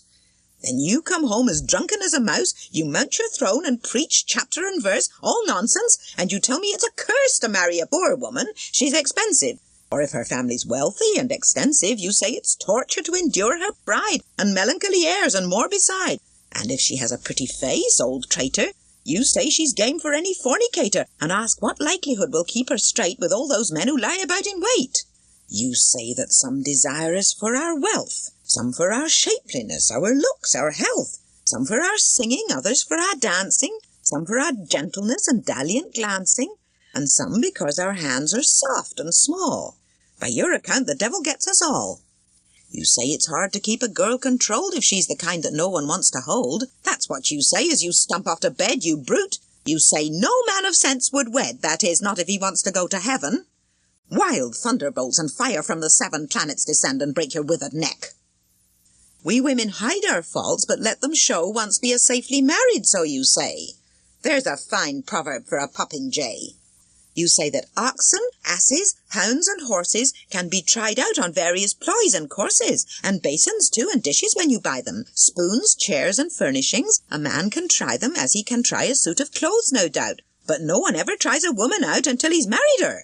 Old dotard crow. And then you say she lets her vices show. You also say we count it for a crime unless you praise our beauty all the time, unless you're always pouring on our faces and call us pretty names in public places, or if you fail to treat me to a feast upon my birthday, presents at the least, or to respect my nurse and her grey hairs, or be polite to all my maids upstairs, and to my father's cronies and his spies. That's what you say, old barrelful of lies. Then there's our young apprentice, handsome Johnny, because he has crisp hair that shines as bonny as finest gold, and squires me up and down. You show your low suspicions in a frown. I wouldn't have him not if you died tomorrow. And tell me this, God punish you with sorrow. Why do you hide the keys of coffer doors? It's just as much my property as yours. Do you want to make an idiot of your wife? No, by the Lord that gave me soul and life, you shan't have both. You can't be such a noddy as think to keep my goods and have my body. One you must do without, whatever you say. And do you need to spy on me all day? I think you'd like to lock me in your coffer. Go where you please, dear wife, you ought to offer. Amuse yourself. I shan't give ear to malice. I know you for a virtuous wife, Dame Alice. We cannot love a husband who takes charge of where we go. We like to be at large. Silly old fool, you and your private spies. Go on, beg Argus with his 100 eyes to be my bodyguard. That's better still. But yet he shan't, I say, against my will. I'll pull him by the beard, believe you me. And once you said that principally 3 misfortunes trouble earth, east, west, and north, and no man living could endure a 4th. My dear Sir Shrew, geez, you cut short your life. You preach away and say a hateful wife is reckoned to be one of these misfortunes. Is there no other trouble that importunes the world and that your parables could condemn? Must an unhappy wife be one of them? Then you compared a woman's love to hell, to barren land where water will not dwell, and you compared it to a quenchless fire. The more it burns, the more is its desire to burn up everything that burnt can be. You say that just as worms destroy a tree, a wife destroys her husband and contrives, as husbands know, the ruin of their lives. Such was the way, my lords, you understand. I kept my older husbands well in hand. I told them they were drunk, and their unfitness to judge my conduct forced me to take witness that they were lying. Johnny and my niece would back me up. Oh, Lord, I wrecked their peace, innocent as they were, without remorse. For I could bite and whinny like a horse and launch complaints when things were all my fault. I'd have been lost if I had called a halt.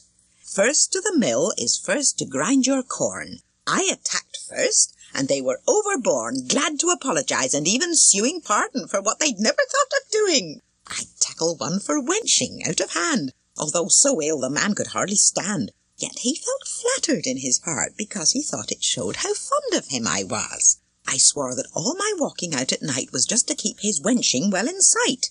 That was a dodge that made me shake with mirth. But all such wit is given us at birth. Lies, tears, and spinning are the things God gives by nature to a woman while she lives. So there's one thing at least that I can boast, that in the end I always ruled the roast. Cunning or force was sure to make them stumble, and always keeping up a steady grumble. But bedtime, above all, was their misfortune.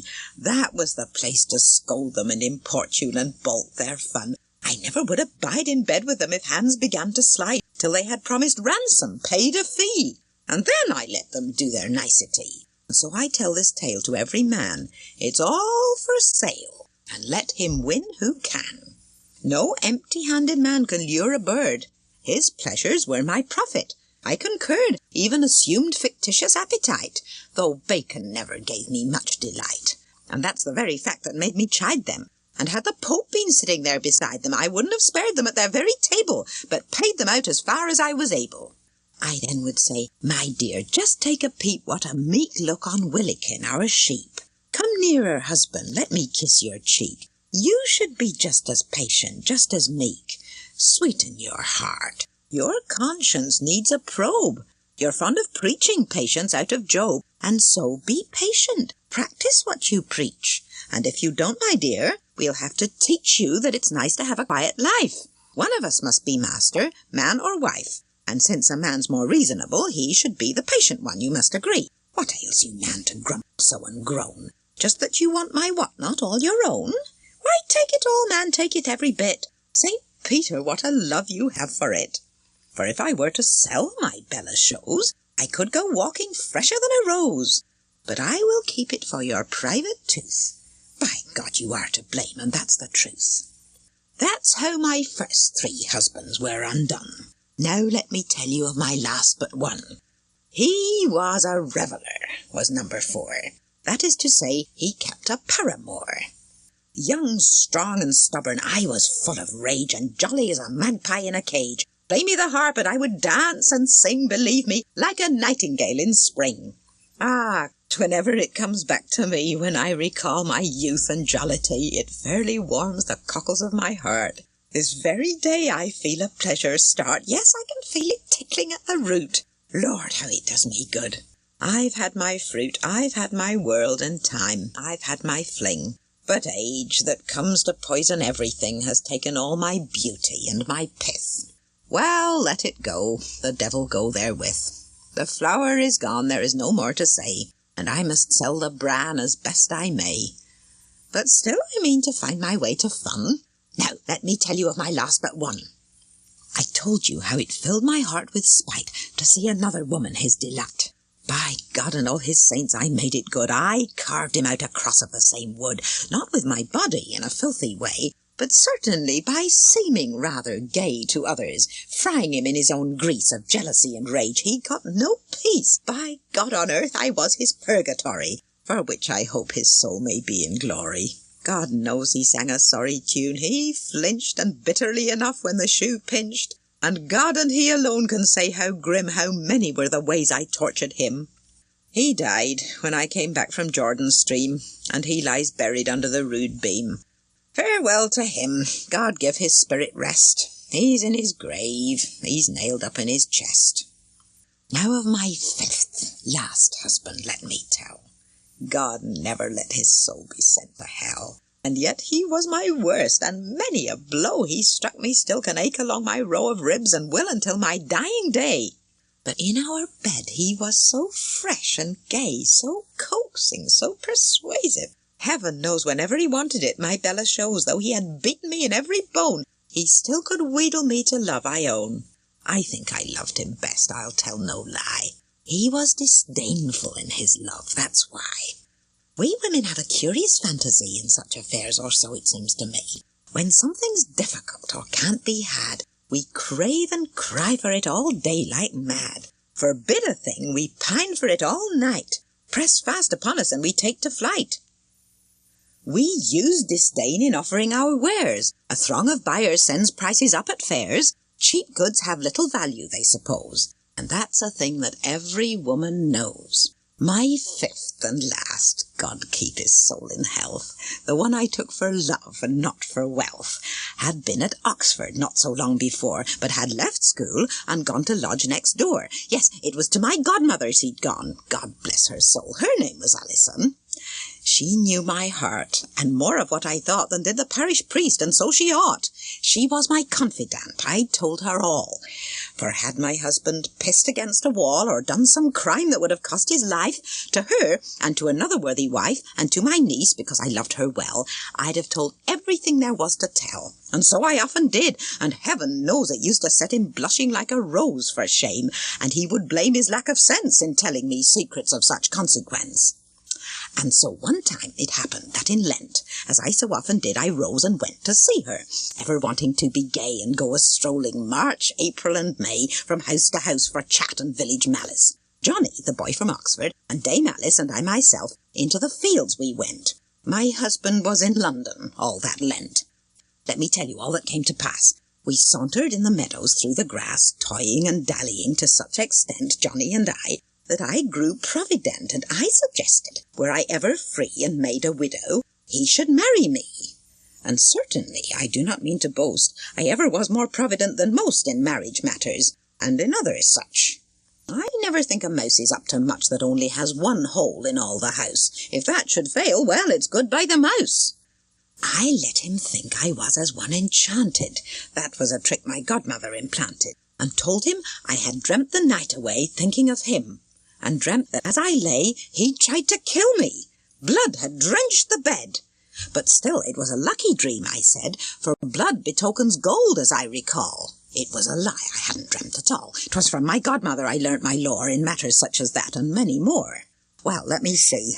What had I to explain? Ah, by God, I've got the thread again.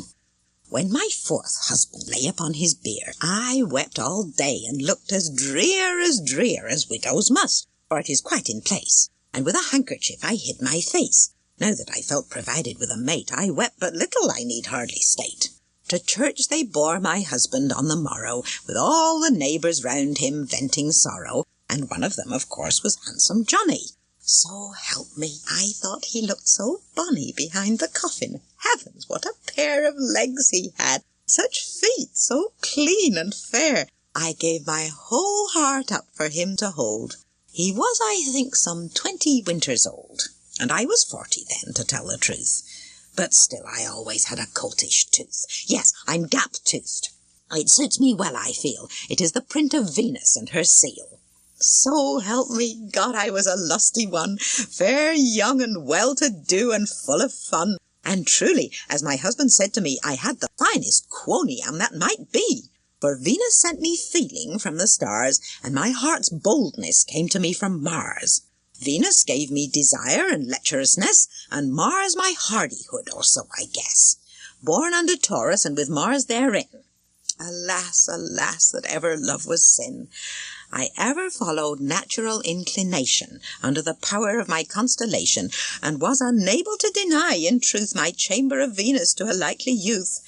The mark of Mars is still upon my face, and also in another privy place. For as I may be saved by God above, I never used discretion when in love, but ever followed on my appetite, whether the lad was short, long, black, or white. Little I cared if he was fond of me, how poor he was, or what his rank might be. What shall I say? Before the month was gone, this gay young student, my delightful John, had married me in solemn festival. I handed him the money, lands, and all that ever had been given me before. This I repented later more and more.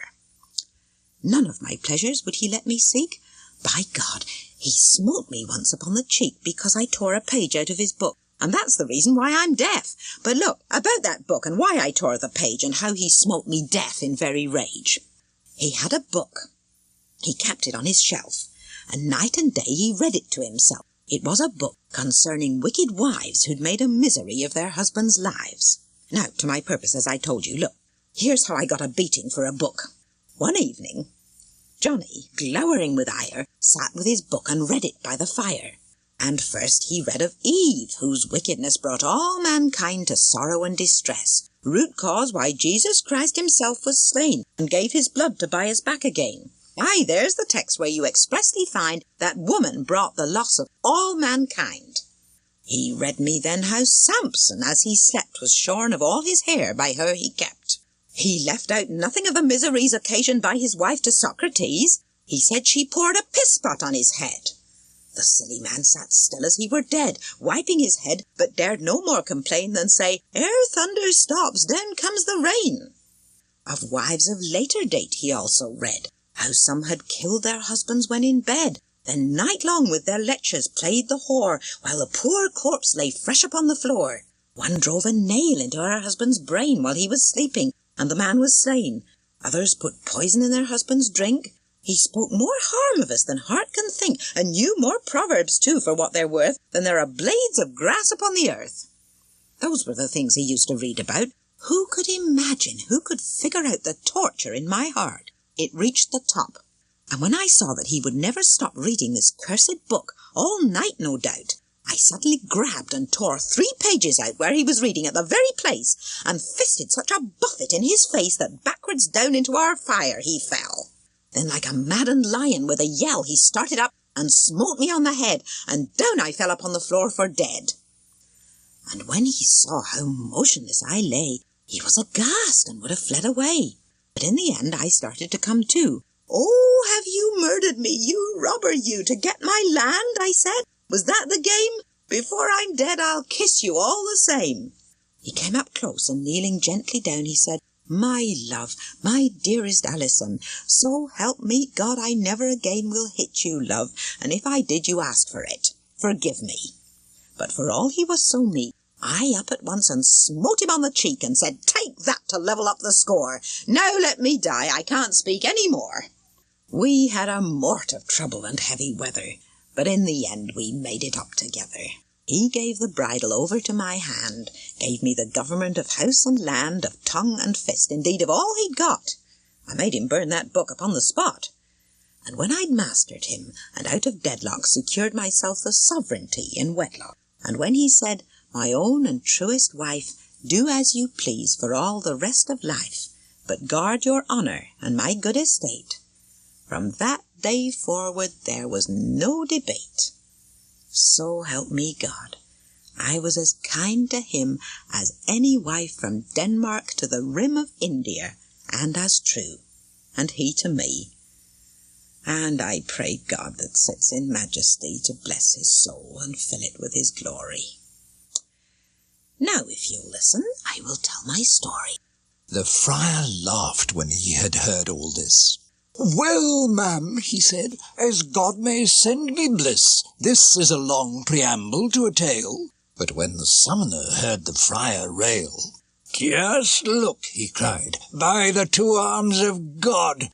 These meddling friars are always on the prod. Don't we all know a friar and a fly go prod and buzz in every dish and pie? What do you mean with your preambulation? Amble yourself, trot, do a meditation. You're spoiling all our fun with your commotion." The friar smiled and said, "Is that your notion? I promise on my word before I go to find occasion for a tale or so about a summoner that will make us laugh."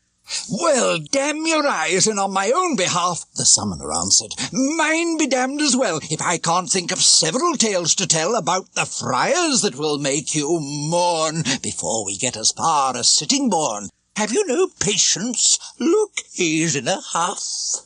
Our host called out, "Be quiet, that's enough. Shut up and let the woman tell her tale. You must be drunk, you've taken too much ale. Now, ma'am, you go ahead, and no demur."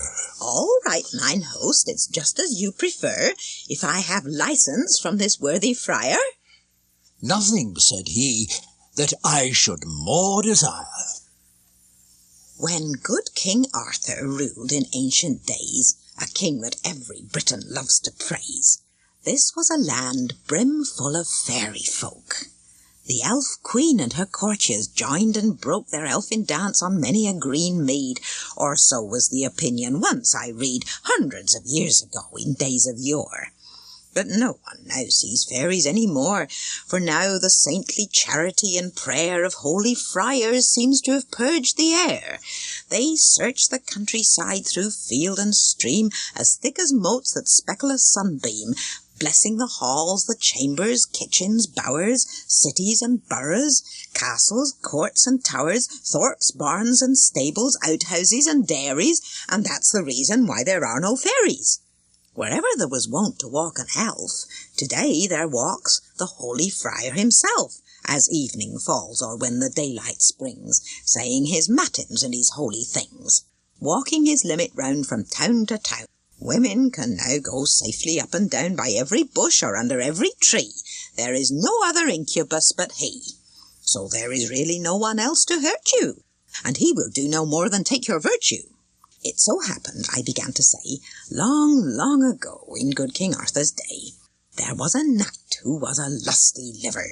One day, as he came riding from the river, he saw a maiden walking all forlorn ahead of him, alone as she was born. and of that maiden, spite of all she said, by very force he took her maidenhead. This act of violence made such a stir, so much petitioning to the king for her, that he condemned the knight to lose his head by course of law. He was as good as dead. It seems that then the statutes took that view, but that the queen, and other ladies too, implored the king to exercise his grace so ceaselessly, he gave the queen the case and granted her his life, and she could choose whether to show him mercy or refuse. Queen returned him thanks with all her might, and then she sent a summons to the knight, at her convenience, and expressed her will. You stand, for such is the position still, in no way certain of your life, said she, yet you shall live, if you can answer me. What is the thing that women most desire? Beware the axe, and say as I require. If you can't answer on the moment, though, I will concede you this. You are to go a 12-month and a day to seek and learn sufficient answer. Then you shall return. I shall take gages from you to extort surrender of your body to the court. Sad was the knight, and sorrowfully sighed. But there, all other choices were denied, and in the end he chose to go away, and to return after a year and day, armed with such answer as there might be sent to him by God. He took his leave and went. He knocked at every house, searched every place, yes, anywhere that offered hope of grace. What could it be that women wanted most? But all the same, he never touched a coast, country or town, in which there seemed to be any two people willing to agree. Some said that women wanted wealth and treasure. Honour, said some jollity and pleasure, some gorgeous clothes, and others fun in bed. To be oft widowed and remarried, said others again, and some that what most mattered was that we should be cosseted and flattered. That's very near the truth, it seems to me. A man can win us best with flattery. To dance attendance on us, make a fuss, ensnares us all, the best and worst of us. Some say the things we most desire are these: freedom to do exactly as we please, with no one to reprove our faults and lies, rather to have one call us good and wise. Truly there's not a woman in 10 score who has a fault, and someone rubs the sore, but she will kick if what he says is true. You try it out, and you will find so too. However vicious we may be within, we like to be thought wise and void of sin. Others assert we women find it sweet when we are thought dependable, discreet and secret, firm of purpose and control, never betraying things that we are told. But that's not worth the handle of a rake. Women conceal a thing, for heaven's sake. This knight that I am telling you about perceived at last he never would find out what it could be that women loved the best. Faint was the soul within his sorrowful breast, as home he went. He dared no longer stay. His year was up, and now it was the day. As he rode home in a dejected mood, suddenly at the margin of a wood he saw a dance upon the leafy floor of 24 ladies, nay, and more. Eagerly he approached in hope to learn some words of wisdom ere he should return. But lo, before he came to where they were, dancers and dance all vanished into air. There wasn't a living creature to be seen, save one old woman crouched upon the green. A fouler-looking creature, I suppose, could scarcely be imagined. She arose and said, Sir Knight, there's no way on from here. Tell me what you are looking for, my dear, for peradventure that were best for you. We old women know a thing or two. Dear mother, said the knight, alack the day, I am as good as dead if I can't say what thing it is that women most desire. If you could tell me, I would pay your hire.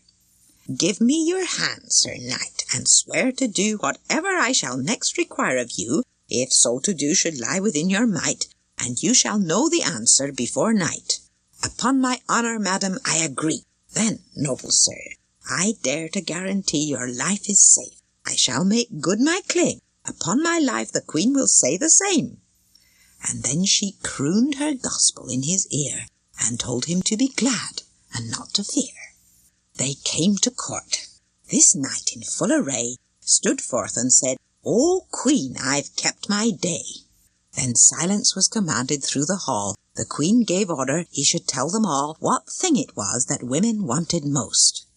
He stood not silent like a beast or post, but gave his answer with the ringing word of a man's voice, and the assembly heard. Madam, so subtle are a woman's ways, I cannot give the answer in a phrase. There is a moment when the lover trembles with love before his lady. He resembles a servant at her absolute disposal. It is his joy to be so, his proposal.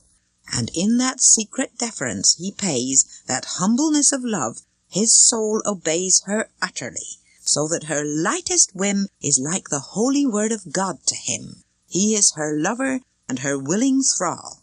And this is what a woman most of all wants in her husband. He who is placed above her by society must quake for love with tenderest tremblings, and be humble still, although her husband, and obey her will. In all the court, not one that shook her head or contradicted what the knight had said. Maid, wife, and widow cried, "He saved his life!" And on that word, up started the old wife, the one the knight saw sitting on the green, and cried, "Your mercy, sovereign lady queen! Before the court disperses, do me right. 'Twas I who taught this answer to the knight, for which he swore, and pledged his honour to it, that the first thing I asked of him, he'd do it, so far as it should lie within his might. Before this court I ask you then, Sir Knight, since well you know that I have saved your life, to keep your word, and take me for your wife. If this be false, deny it on your sword." "Alas," he said, "old lady, by the Lord, I know indeed that such was my behest, but for God's love think of a new request. Take all my goods, but leave my body free." "A curse on us," she said, "if I agree. I may be foul, I may be poor and old, yet will not choose to be for all the gold that's bedded in the earth or lies above, less than your wife, nay, than your very love." "My love, old dame? By heaven, my damnation! Alas, that any of my race and station should ever make so foul a misalliance." Yet in the end his pleading and defiance all went for nothing. He was forced to wed. He takes his ancient wife and goes to bed. His heart was full of heaviness and sorrow. He married her in private on the morrow, and all day long stayed hidden like an owl. It was such torture that his wife looked foul. Great was the anguish churning in his head when he and she were piloted to bed. He wallowed back and forth in desperate style. His ancient wife lay smiling all the while. At last she said, "Bless us, is this, my dear, how knights and wives get on together here? Are these the laws of good King Arthur's house? Are knights of his all so contemptuous? I am your own beloved and your wife, and I am she indeed that saved your life, and certainly I never did you wrong. Then why this first of nights so sad a song? You're carrying on as if you were half-witted. Say, for God's love, what sin have I committed? I'll put things right if you will tell me how." "Put right, old dame? That never can be now. Nothing can ever be put right again. You're old, and so abominably plain, so poor to start with, so low bred to follow. It's little wonder if I twist and wallow. God, that my heart would burst within my breast." "Is that the only cause of your unrest?" "Yes, certainly it is, and can you wonder? I could set right what you suppose a blunder. That's if I cared to in a day or two. If I were shown more courtesy by you. Just now, dear sir, you spoke of gentle birth, such as descends from ancient wealth and worth. If that's the claim you make for gentlemen, such arrogance is hardly worth a hen. Christ wills we take our gentleness from him, not from a wealth of ancestry long dim, though they bequeath their whole establishment by which we claim to be of high descent. Our fathers cannot make us a bequest of all those virtues that became them best, and earned for them the name of gentleman, but bade us follow them as best we can. You are no gentleman, though duke or earl. Vice and bad manners are what make a churl. And therefore, my dear husband, I conclude that even if my ancestors were rude, yet God on high, and so I hope he will, can grant me grace to live in virtue still. A gentlewoman only when beginning to live in virtue, and to shrink from sin. As for my poverty, which you reprove, Almighty God himself, in whom we move, believe, and have our being, chose a life of poverty, and every man or wife, nay, every child can see our heavenly King would never stoop to choose a shameful thing. He who accepts his poverty unhurt, I'd say is rich, although he lacked a shirt. Yet truly poor are they who whine and fret, and covet what they cannot hope to get. But he that having nothing covets not, is rich, though you may think he is a sot. Poverty often, when the heart is lowly, brings one to God and teaches what is holy, gives knowledge of oneself, and even lends a glass by which to see one's truest friends. And since it's no offence, let me be plain, do not rebuke my poverty again. Lastly, you tax me, sir, with being old. Yet even if you never had been told by ancient books, you gentlemen engage yourselves in honour to respect old age. You say I'm old and fouler than a fen. You need not fear to be a cuckold then. Filth and old age, I'm sure you will agree, are powerful wardens over chastity.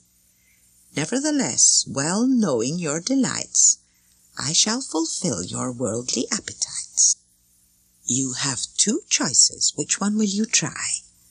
To have me old and ugly till I die, but still a loyal, true, and humble wife, that never will displease you all her life? Or would you rather I were young and pretty, and chance your arm what happens in a city where friends will visit you because of me, yes, and in other places too may be? Which would you have? The choice is all your own. The knight thought long, and with a piteous groan at last he said, with all the care in life, My lady and my love, my dearest wife, I leave the matter to your wise decision. You make the choice yourself, for the provision of what may be agreeable and rich in honour to us both. I don't care which. Whatever pleases you suffices me. And have I won the mastery? Speak free. I am to choose and rule as I think fit. Certainly, wife, you have indeed. That's it. Kiss me, my darling. Come on. Now my oath and word of honour you shall find me both. That is, both fair and faithful as a wife. May I go howling mad and take my life, unless I prove to be as good and true as ever wife was since the world was new. And if tomorrow, when the sun's above, I seem less fair than any lady love, than any queen or empress, east or west, do with my life and death as you think best. Cast up the curtain, husband, look at me. And when indeed the knight had looked to see, lo, she was young and lovely, rich in charms. In ecstasy he caught her in his arms, his heart went bathing in a bath of blisses, and melted in 100,000 kisses, and she responded in the fullest measure with all that could delight or give him pleasure. So they lived ever after to the end in perfect bliss. And may Christ Jesus send us husbands meek and young and fresh in bed, and grace to overbid them when we wed. And Jesu, hear my prayer, cut short the lives of those who won't be governed by their wives. An Oxford cleric, still a student though, one who had taken logic long ago, was there. His horse was thinner than a rake, and he was not too fat, I undertake, but had a hollow look, a sober stare. The thread upon his overcoat was bare. He had found no preferment in the church, and he was too unworldly to make search for secular employment. By his bed he preferred having 20 books in red and black of Aristotle's philosophy than costly clothes, fiddle, or psaltery. Though a philosopher, as I have told, he had not found the stone for making gold. Whatever money from his friends he took, he spent on learning or another book, and prayed for them most earnestly, returning thanks to them thus for paying for his learning. His only care was study, and indeed he never spoke a word more than was need, formal at that, respectful in the extreme, short, to the point, and lofty in his theme. A tone of moral virtue filled his speech, and gladly would he learn, and gladly teach. "You, sir, from Oxford," said the host. "God's life, as coy and quiet as a virgin wife, newly espoused and sitting mum at table. You haven't said a word since we left stable. Studying, I suppose. On wisdom's wing, says Solomon. There's a time for everything. For goodness sake, cheer up, show animation. This is no time for abstruse meditation. Sir Clerk of Oxford, what is your opinion? Now, should a wife exercise dominion over her man, or should she be obedient?" "The latter," said he, "is the more expedient, and argument will prove it in a trice. Adam was lord of Eve in paradise, but when the serpent showed the tempting fruit, Eve disobeyed, making Adam follow suit, and that was the root cause, as you will find, of all the woes and evils of mankind. Let me refer you to that well-known story, Patient Griselda. Now there's a tale of glory. Patient Griselda, who obeyed her lord, suffering freely of her own accord great miseries which he imposed to test her. Yet she endured in patience. Heaven blessed her. But one word more, my lords, before we go. Griselde was not an English girl, you know. It isn't easy to find nowadays an English girl with such religious ways. So, from affection for the wife of Bath, whose life and all her sect may God maintain in high authority upon their path, and pity else, I'll give you this refrain, with lusty heart to gladden you again, dropping the note of earnest emphasis. So listen to my words, they go like this. Griselda and her Patience both are dead, and buried in some far Italian vale. So let it then in open court be said, Husbands, be not so hardy as to assail the patience of your wives in hope to find Griseldas, for you certainly will fail. O wives, stand up, defend your board and bed. Stronger than camels as you are, prevail, don't swallow insults, offer them instead, and all you slender little wives and frail, be fierce as Indian tigers, since designed to rattle like a windmill in a gale. Never revere them, never be in dread, for though your husband wears a coat of mail, your shafts of crabbed eloquence will thread his armour through and drab him like a flail. Voice your suspicions of him, guilt will bind him down, he'll couch as quiet as a quail. If you are beautiful, advance your tread, show yourself off to people, blaze the trail. If you are ugly, spend and make a spread. Get friends, they'll do the business of a male. Dance like a linden leaf, if so inclined. Leave him to weep and wring his hands and wail. Weeping and wailing, care and other sorrow, I know them well enough by eve and morrow, the merchant said. Like others, I suppose, that have been married, that's the way it goes. I know too well that's how it goes with me. I have a wife, the worst that there could be. If she were coupled to a fiend from hell, she'd be a match for him, as I can tell. Why single out one vice, or why recall her soaring malice? She's a shrew in all. There's a wide difference, I'm bound to say, between Griselda's patience and the way my wife behaves. Her studied cruelty surpasses everything. If I were free, never again the snare. We married men, our life is grief and care. Try it who will, whoever it is, I promise, he'll find I've spoke truly by Saint Thomas. For most of us, I do not say for all, and God forbid that such a thing befall. Ah, my good host, I have been wedded now these 2 months past, no more than that I vow. Yet I believe no bachelor alive, not if you were to take a knife and rive him to the heart, I say, could ever tell a hint of half the agony and hell I get from my intolerable wife. Our host replied, "The Lord protect your life. But since you know so much about the art of marriage, let me beg you to impart."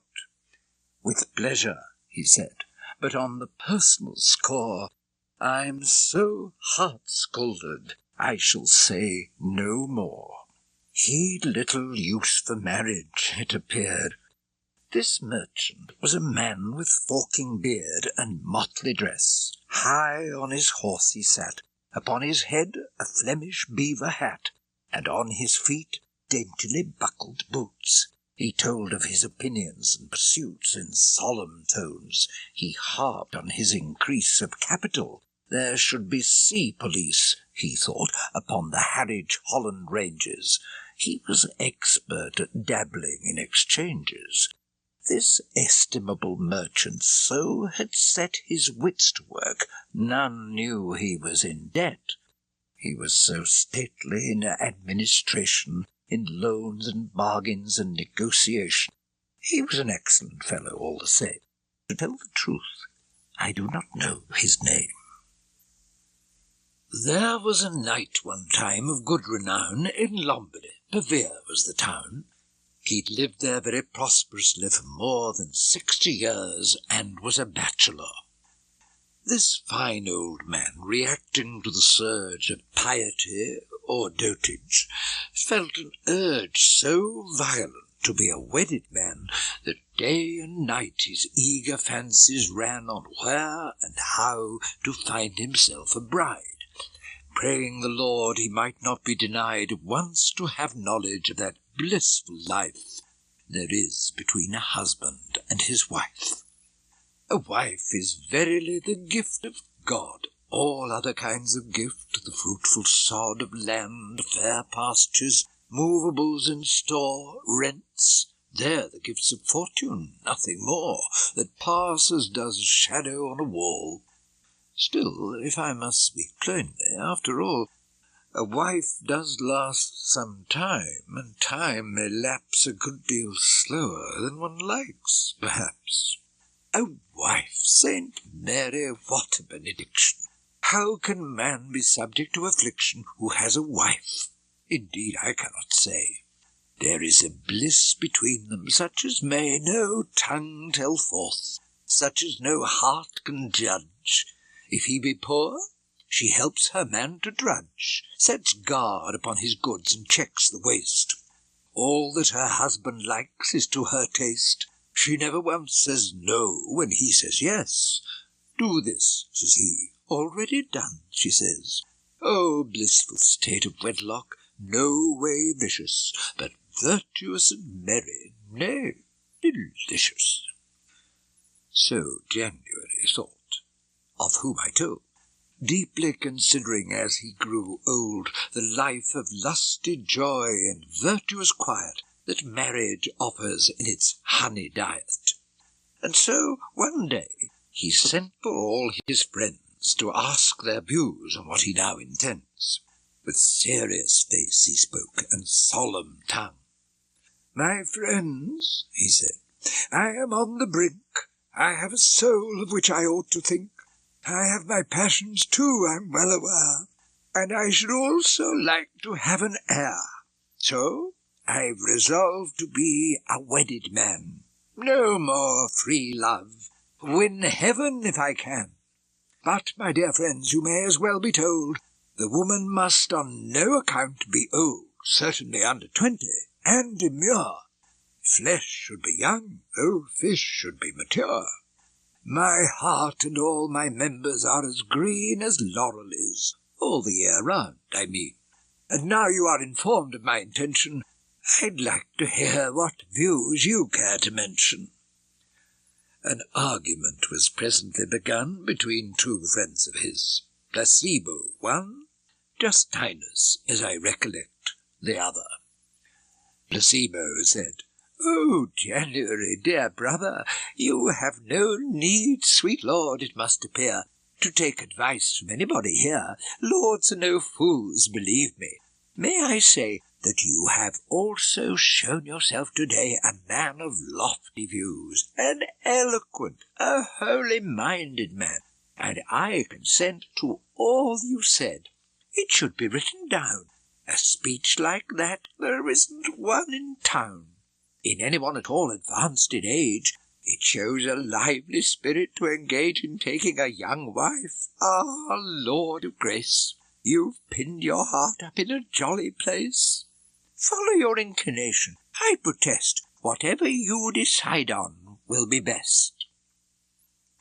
Justinus, who sat silent, having heard Placebo speaking, then took up the word.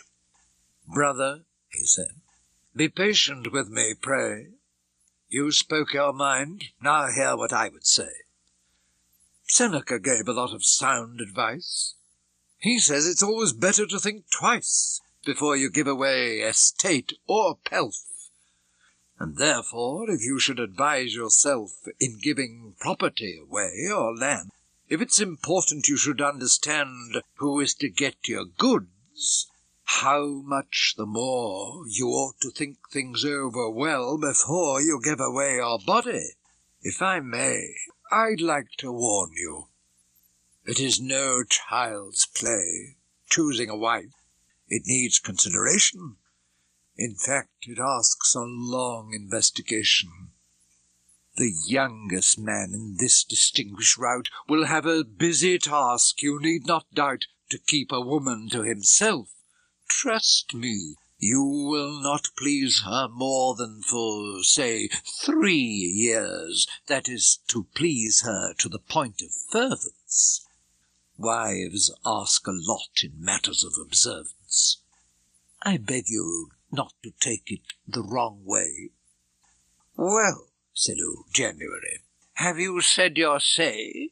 Straw for your Seneca and proverbial tags, not worth a basketful of weeds and rags. What pedant jargon! Wiser men than you, as you have heard, take quite another view of my proposal. What would you reply, Placebo? Oh, an accursed man, say I, it is that offers an impediment, said he, and so, by general consent, his friends then rose, declaring it was good that he should marry when and where he would. At last, and half in earnest, half in game, attracted by the promise of her name, he fixed on one, and setting her apart, he banished all the others from his heart. He chose her on his own authority, for love is always blind and cannot see. He sent his friends a very strong request, begging the pleasure, would they do their best, of an immediate visit. His belief they needn't be kept long, he would be brief. Placebo came, and so did all the rest.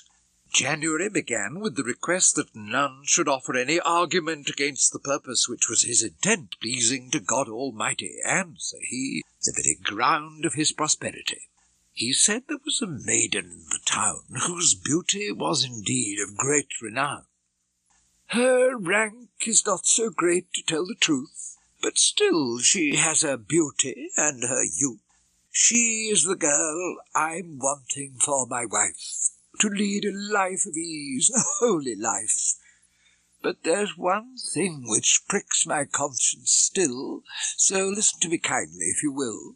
I've often, he continued, heard ere this, that none may have 2 perfect kinds of bliss, bliss in this world, I mean, and bliss in heaven. Though he keep clear of sin, the deadly 7, and all the branches of that dreadful tree, yet there's so perfect a felicity in marriage, so much pleasure, so few tears, that I keep fearing, though advanced in years, I should be leading such a happy life, so delicate, with neither grief nor strife, that I shall have my heaven here on earth. And may not that cost more than it is worth? Is bliss with her, say till I'm 77, worth an eternity of bliss in heaven? Justinus, who despised his nonsense, said, jesting as ever, what came into his head, "Never despair, you still may go to glory, for she perhaps may prove your purgatory. God's means of grace, as one might say, God's whip, to send your soul to heaven with a skip." He then took leave of January his brother, and they had no more speech with one another. And when his friends saw that it needs must be, they made a careful marriage treaty. She, the girl agreed upon, whose name was May, agreed to marry January without delay. So they were wedded in solemnity, and at the wedding banquet he and she sat with their worthier guests upon the dais. Joy and delight filled the entire place, and thus much of her beauty I will say, that she was like the brightest morn of May, with every grace and pleasure in her glance. This January sat ravished in a trance, and every time he gazed upon her face, his heart began to quiver and to race. They danced and drank. Joy rose in every man, except in one, a squire called Damian, who carved for January every day. He was so ravished by the sight of May as to be mad with suffering. He could almost have died or fainted where he stood, and hastily the boy went off to bed. No more of him at present need be said. I leave him there to weep and to complain, till fresh young May have pity on his pain. Soon after this, the restive January demanded bed. No longer would he tarry, and to his private friends who lingered on, he said, "For God's love, hurry and be gone.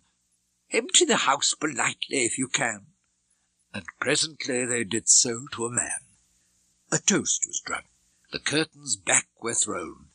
The bride was borne to bed as still as stone. And when the priest had blessed the wedding bed, room was emptied, and the guests were sped. Fast in the arms of January lay his mate, his paradise, his fresh young May. He lulled her, sought to kiss away all trouble.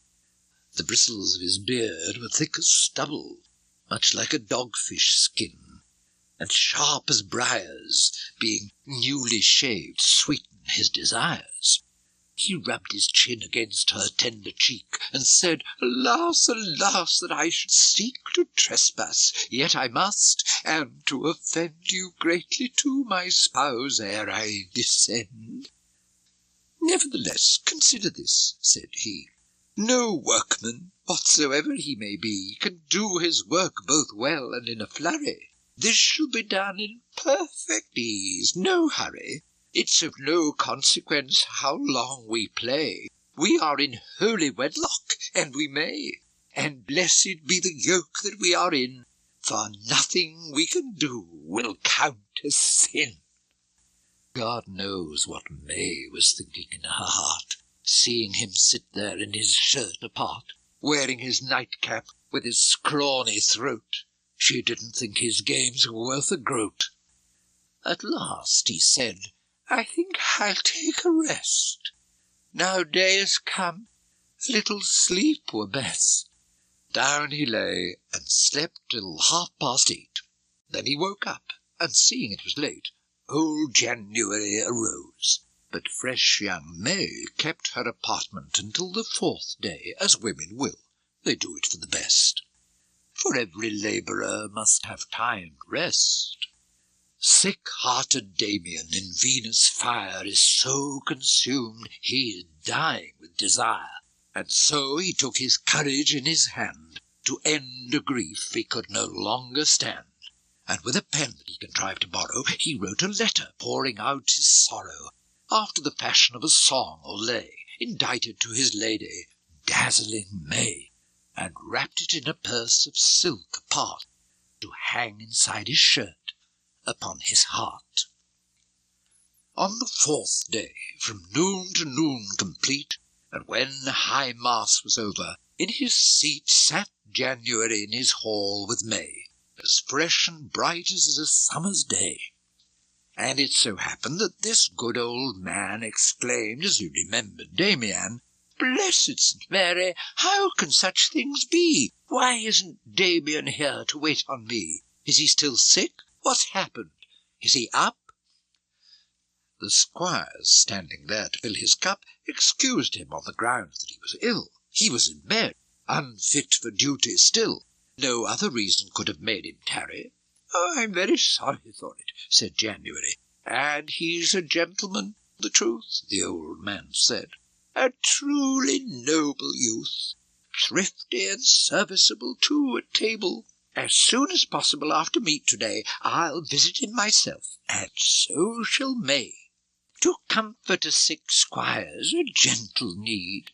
"Madam," said January, "take good heed that after meat, you and your women all, when you have sought your room and left the hall, go up and have a look at Damian, and entertain him. He's a gentleman. And tell him, too, that I shall do my best to visit him myself. After my rest, I shall be waiting for you. Need I say?" This fresh young wife went off the shortest way to Damian's room and sat beside his bed. A warmth of comfort was in all she said, benignity and beauty in her glance. And Damian, when at last he saw his chance, secretly took his purse and billet-doux, couched in the sweetest phrases that he knew, and put it in her hand with nothing more than a long sigh, as deep as to the core. But in whisper he contrived to say, "Mercy, have mercy, don't give me away. I should be killed if this were ever known." The purse slid from his bosom to her own, and off she went. You get no more of me. Back to old January then went she. He was reclining on his bed by this. He drew her to his arms with many a kiss, then settled back to sleep at once. So she then pretended that she had to go where everybody has to go at times. There, after memorizing Damian's rhymes, she tore them into pieces, and she cast them softly down the privy drain at last. Who fell into a study then but May? Down beside old January she lay, who slept until awoken by his cough. He begged her then to strip her garments off, for he would have some pleasure now, he said. Her clothes were an encumbrance to be shed, and she obeyed whether she would or no. Lest I offend the precious, I will go no further into what he did, or tell whether she thought it paradise or hell. I'll leave them working thus, as I suppose, till it was evensong, and then they rose. But such was the impression made that day upon this newly married bride, young May, and such her pity for that sick young man, she could not rid her heart of Damian, or of the wish to see his troubles ended. Soft May felt pity, you must understand. She wrote a letter in her own fair hand, in which she granted him her very grace. There needed nothing but the time and place to grant the satisfaction he desired. He was to have whatever he required. And up rose happy Damian on the morrow. Gone was all trace of malady and sorrow. He preens himself and prunes and combs his curls, to take the fancy of this queen of girls. To January, his master, in addition, he was a very spaniel in submission. Thus I leave Damian, busy with his needs, and turn once more to how my tale proceeds. Some writers argue that felicity wholly consists in pleasure. Certainly, this noble January, as best he might in all that was befitting to a knight, had planned to live deliciously in pleasure. His house and all his finery and treasure were fashioned to his rank as are kings, and among other of his handsome things he had a garden walled about with stone. So fair a garden never was there known. None could have pictured such magnificence. Priapus never had the eloquence, though he be god of gardens, to retell the beauty of this garden, and the well under a laurel standing evergreen. Many a time King Pluto and his queen Proserpina and all her fairy rout disported and made melody about that well, and held their dances, I am told. This January, so noble and so old, found walking in it such felicity that no one was allowed to have the key except himself, and for its little wicket he had a silver latch key to unclick it or lock it up. And when his thought was set upon the need to pay his wife her debt in summer season, thither would he go with May his wife, when there was none to know. And anything they had not done in bed, there in the garden was performed instead. So in this manner many a merry day was spent by January and lovely May. But worldly joys, alas, may not endure, for January, or anyone, be sure. Changeable fortune, oh unstable chance, thine is the scorpion's treacherous advance, thy head all flattery about to sting, thy tail a death, and death by poisoning.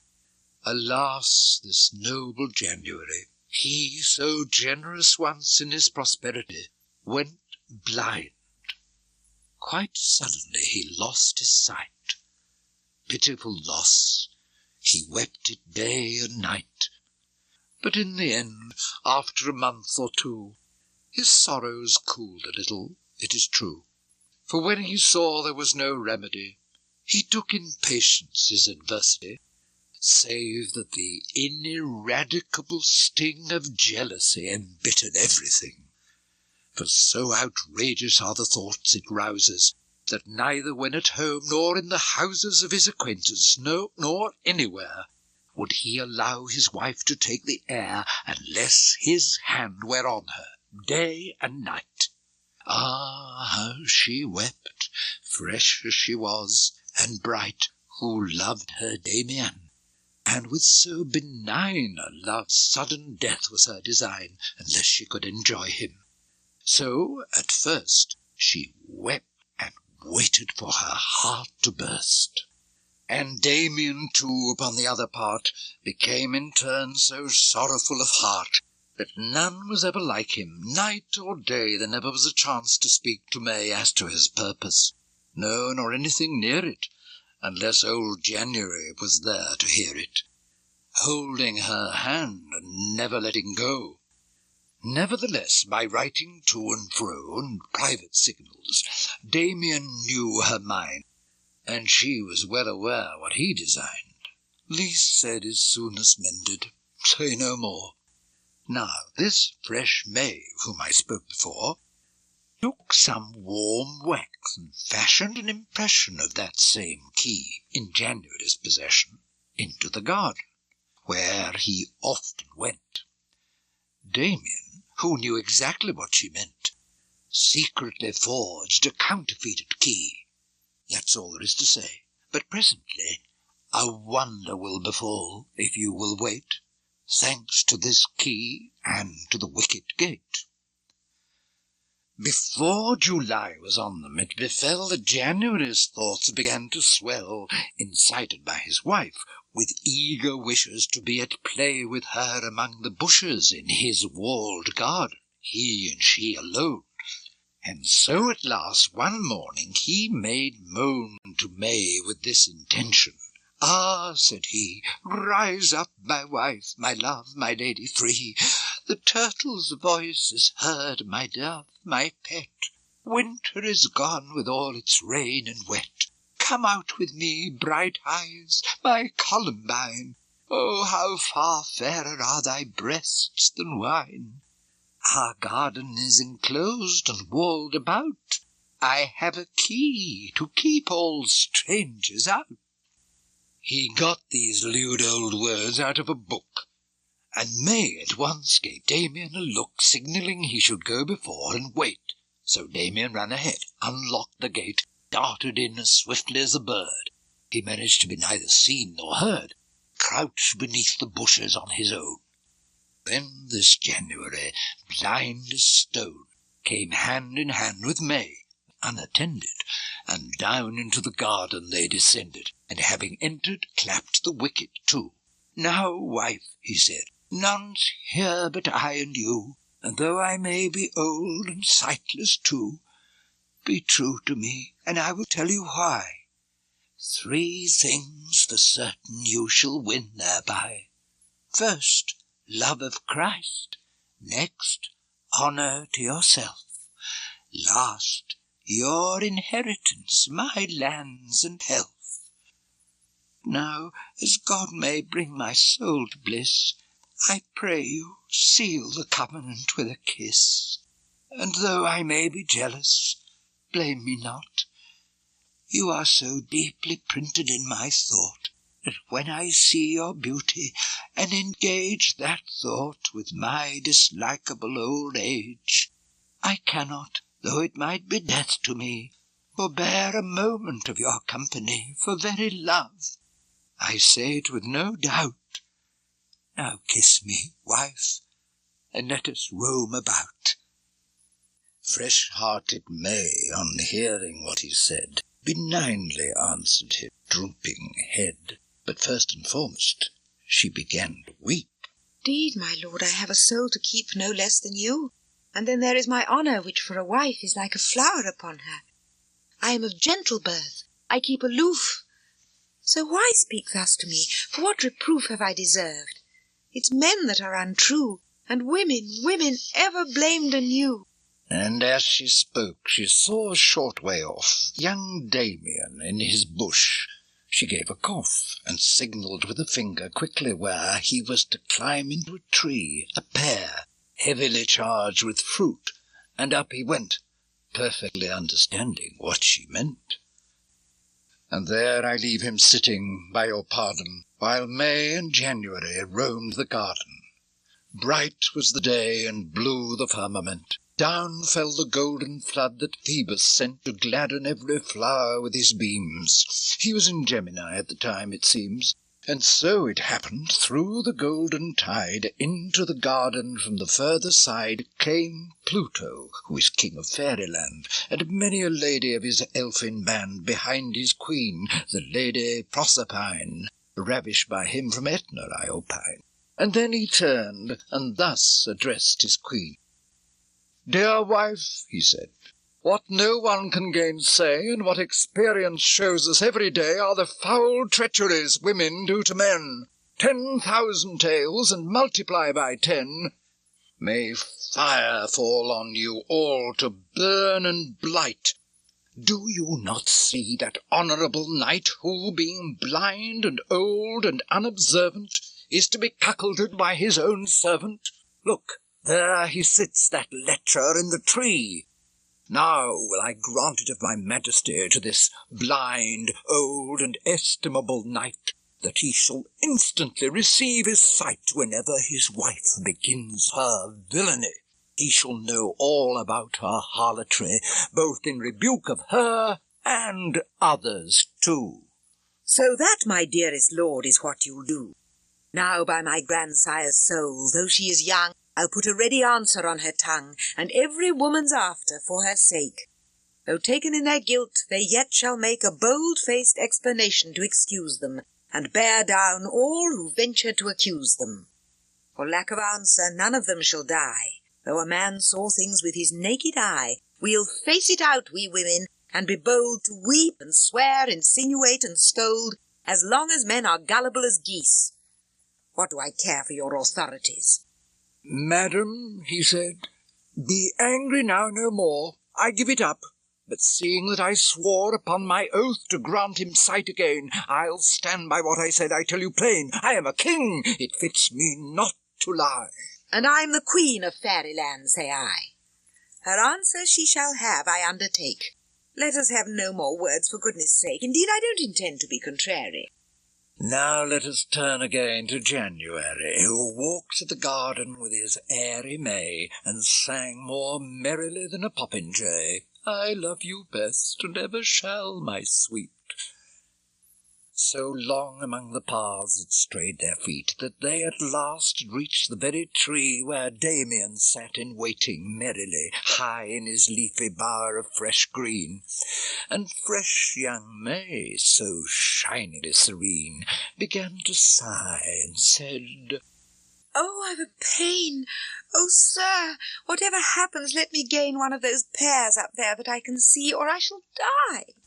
I long so terribly to eat a little pear, it looks so green. Oh, help me for the love of Heaven's Queen.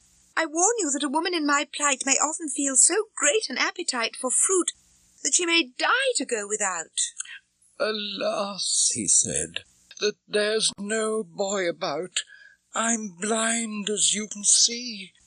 "If you would trust me up into the tree, you could make sure that there was nothing in it by putting your arms round it for a minute. Then no one could approach me to attack, and I could set my foot upon your back." Of course, I'll do it for you, sweet. I'd love to feel your pretty little feet. I'm always ready, love, to do you good." So down he stooped. Upon his back she stood, catching a branch, and with a spring she thence— Ladies, I beg you not to take offence, I can't embellish, I'm a simple man— went up into the tree, and Damien pulled up her smock at once, and in he thrust. And when King Pluto saw this shameful lust, he gave back sight to January once more, and made him see far better than before. Never was man more taken with delight than January when he received his sight, and his first thought was to behold his love. He cast his eyes into the tree above, only to see that Damien had addressed his wife in ways that cannot be expressed, unless I use a most discourteous word. He gave a roaring cry, as might be heard from stricken mothers when their babies die. "Help! Out upon you!" he began to cry. "Strong Madam Strumpet, what are you up to there?" "What ails you, sir? And pray what makes you swear? Have patience. Use the reason in your mind. I've helped you back to sight when you were blind. Upon my soul, I'm telling you no lies. They told me if I wished to heal your eyes, nothing could cure them better than for me to struggle with a fellow in a tree. God knows it was a kindness that I meant." "Struggle? You call that struggling? In it went. God send you both a shameful death to die. He had you. I saw it with my very eye, and if I did not, hang me by the neck." "Why then, my lord, my medicine's gone to wreck. For certainly if you could really see, you'd never say such words as those to me. You caught some glimpses, but your sight's not good." "I see," he said, "as well as ever I could. Thanks be to God, and with both eyes I do, and that, I swear, is what he seemed to do." "You're hazy, sir. Believe you me. That's all I get for helping you to see. Alas, that ever I was so kind." "Dear wife," said January, "never mind. Come down, dear heart, and if I've slandered you, God knows I'm punished for it. Come down, do. But by my father's soul, it seemed to me that Damien had enjoyed you in the tree, and that your smock was pulled up over your breast." "Well, think, my lord, as it may please you best. But, sir, when suddenly a man awakes, he cannot grasp a thing at once. It takes a little time to do so perfectly, for he is dazed at first and cannot see. Just so a man who has been blind for long cannot expect his sight to be so strong at first, or see as well as those may do who've had their eyesight back a day or two. Until your sight has settled down a bit, you may be frequently deceived by it." And on the word she jumped down from the tree, and January, who is glad but he, kissed her and clasped her in his arms how often, and stroked her skin caressingly to soften her indignation. To his palace then he led her home. Be happy, gentlemen. That finishes my tale of January. God and his mother goddess, Blessed Mary. "Ay, mercy of God," our host exclaimed thereat. "May God preserve me from a wife like that. Just look what cunning tricks and subtleties there are in woman. busy little bees they are, deceiving silly men like us. They're always sliding and evading thus, dodging the truth. The merchant's tale has shown it, and it's as true as steel. I have to own it. I have a wife myself, a poor one too, but what a tongue! She is a blabbing shrew, and she has other vices, plenty more. Well, let it go. No sense to rub a sore. But you know what? In confidence, good sir, I much regret that I am tied to her. Were I to reckon her vices one by one, I'd only be a fool when I'd done. And why? 'Cause it would be sure to be reported back to her by 2 or 3 among us here, by whom I needn't say.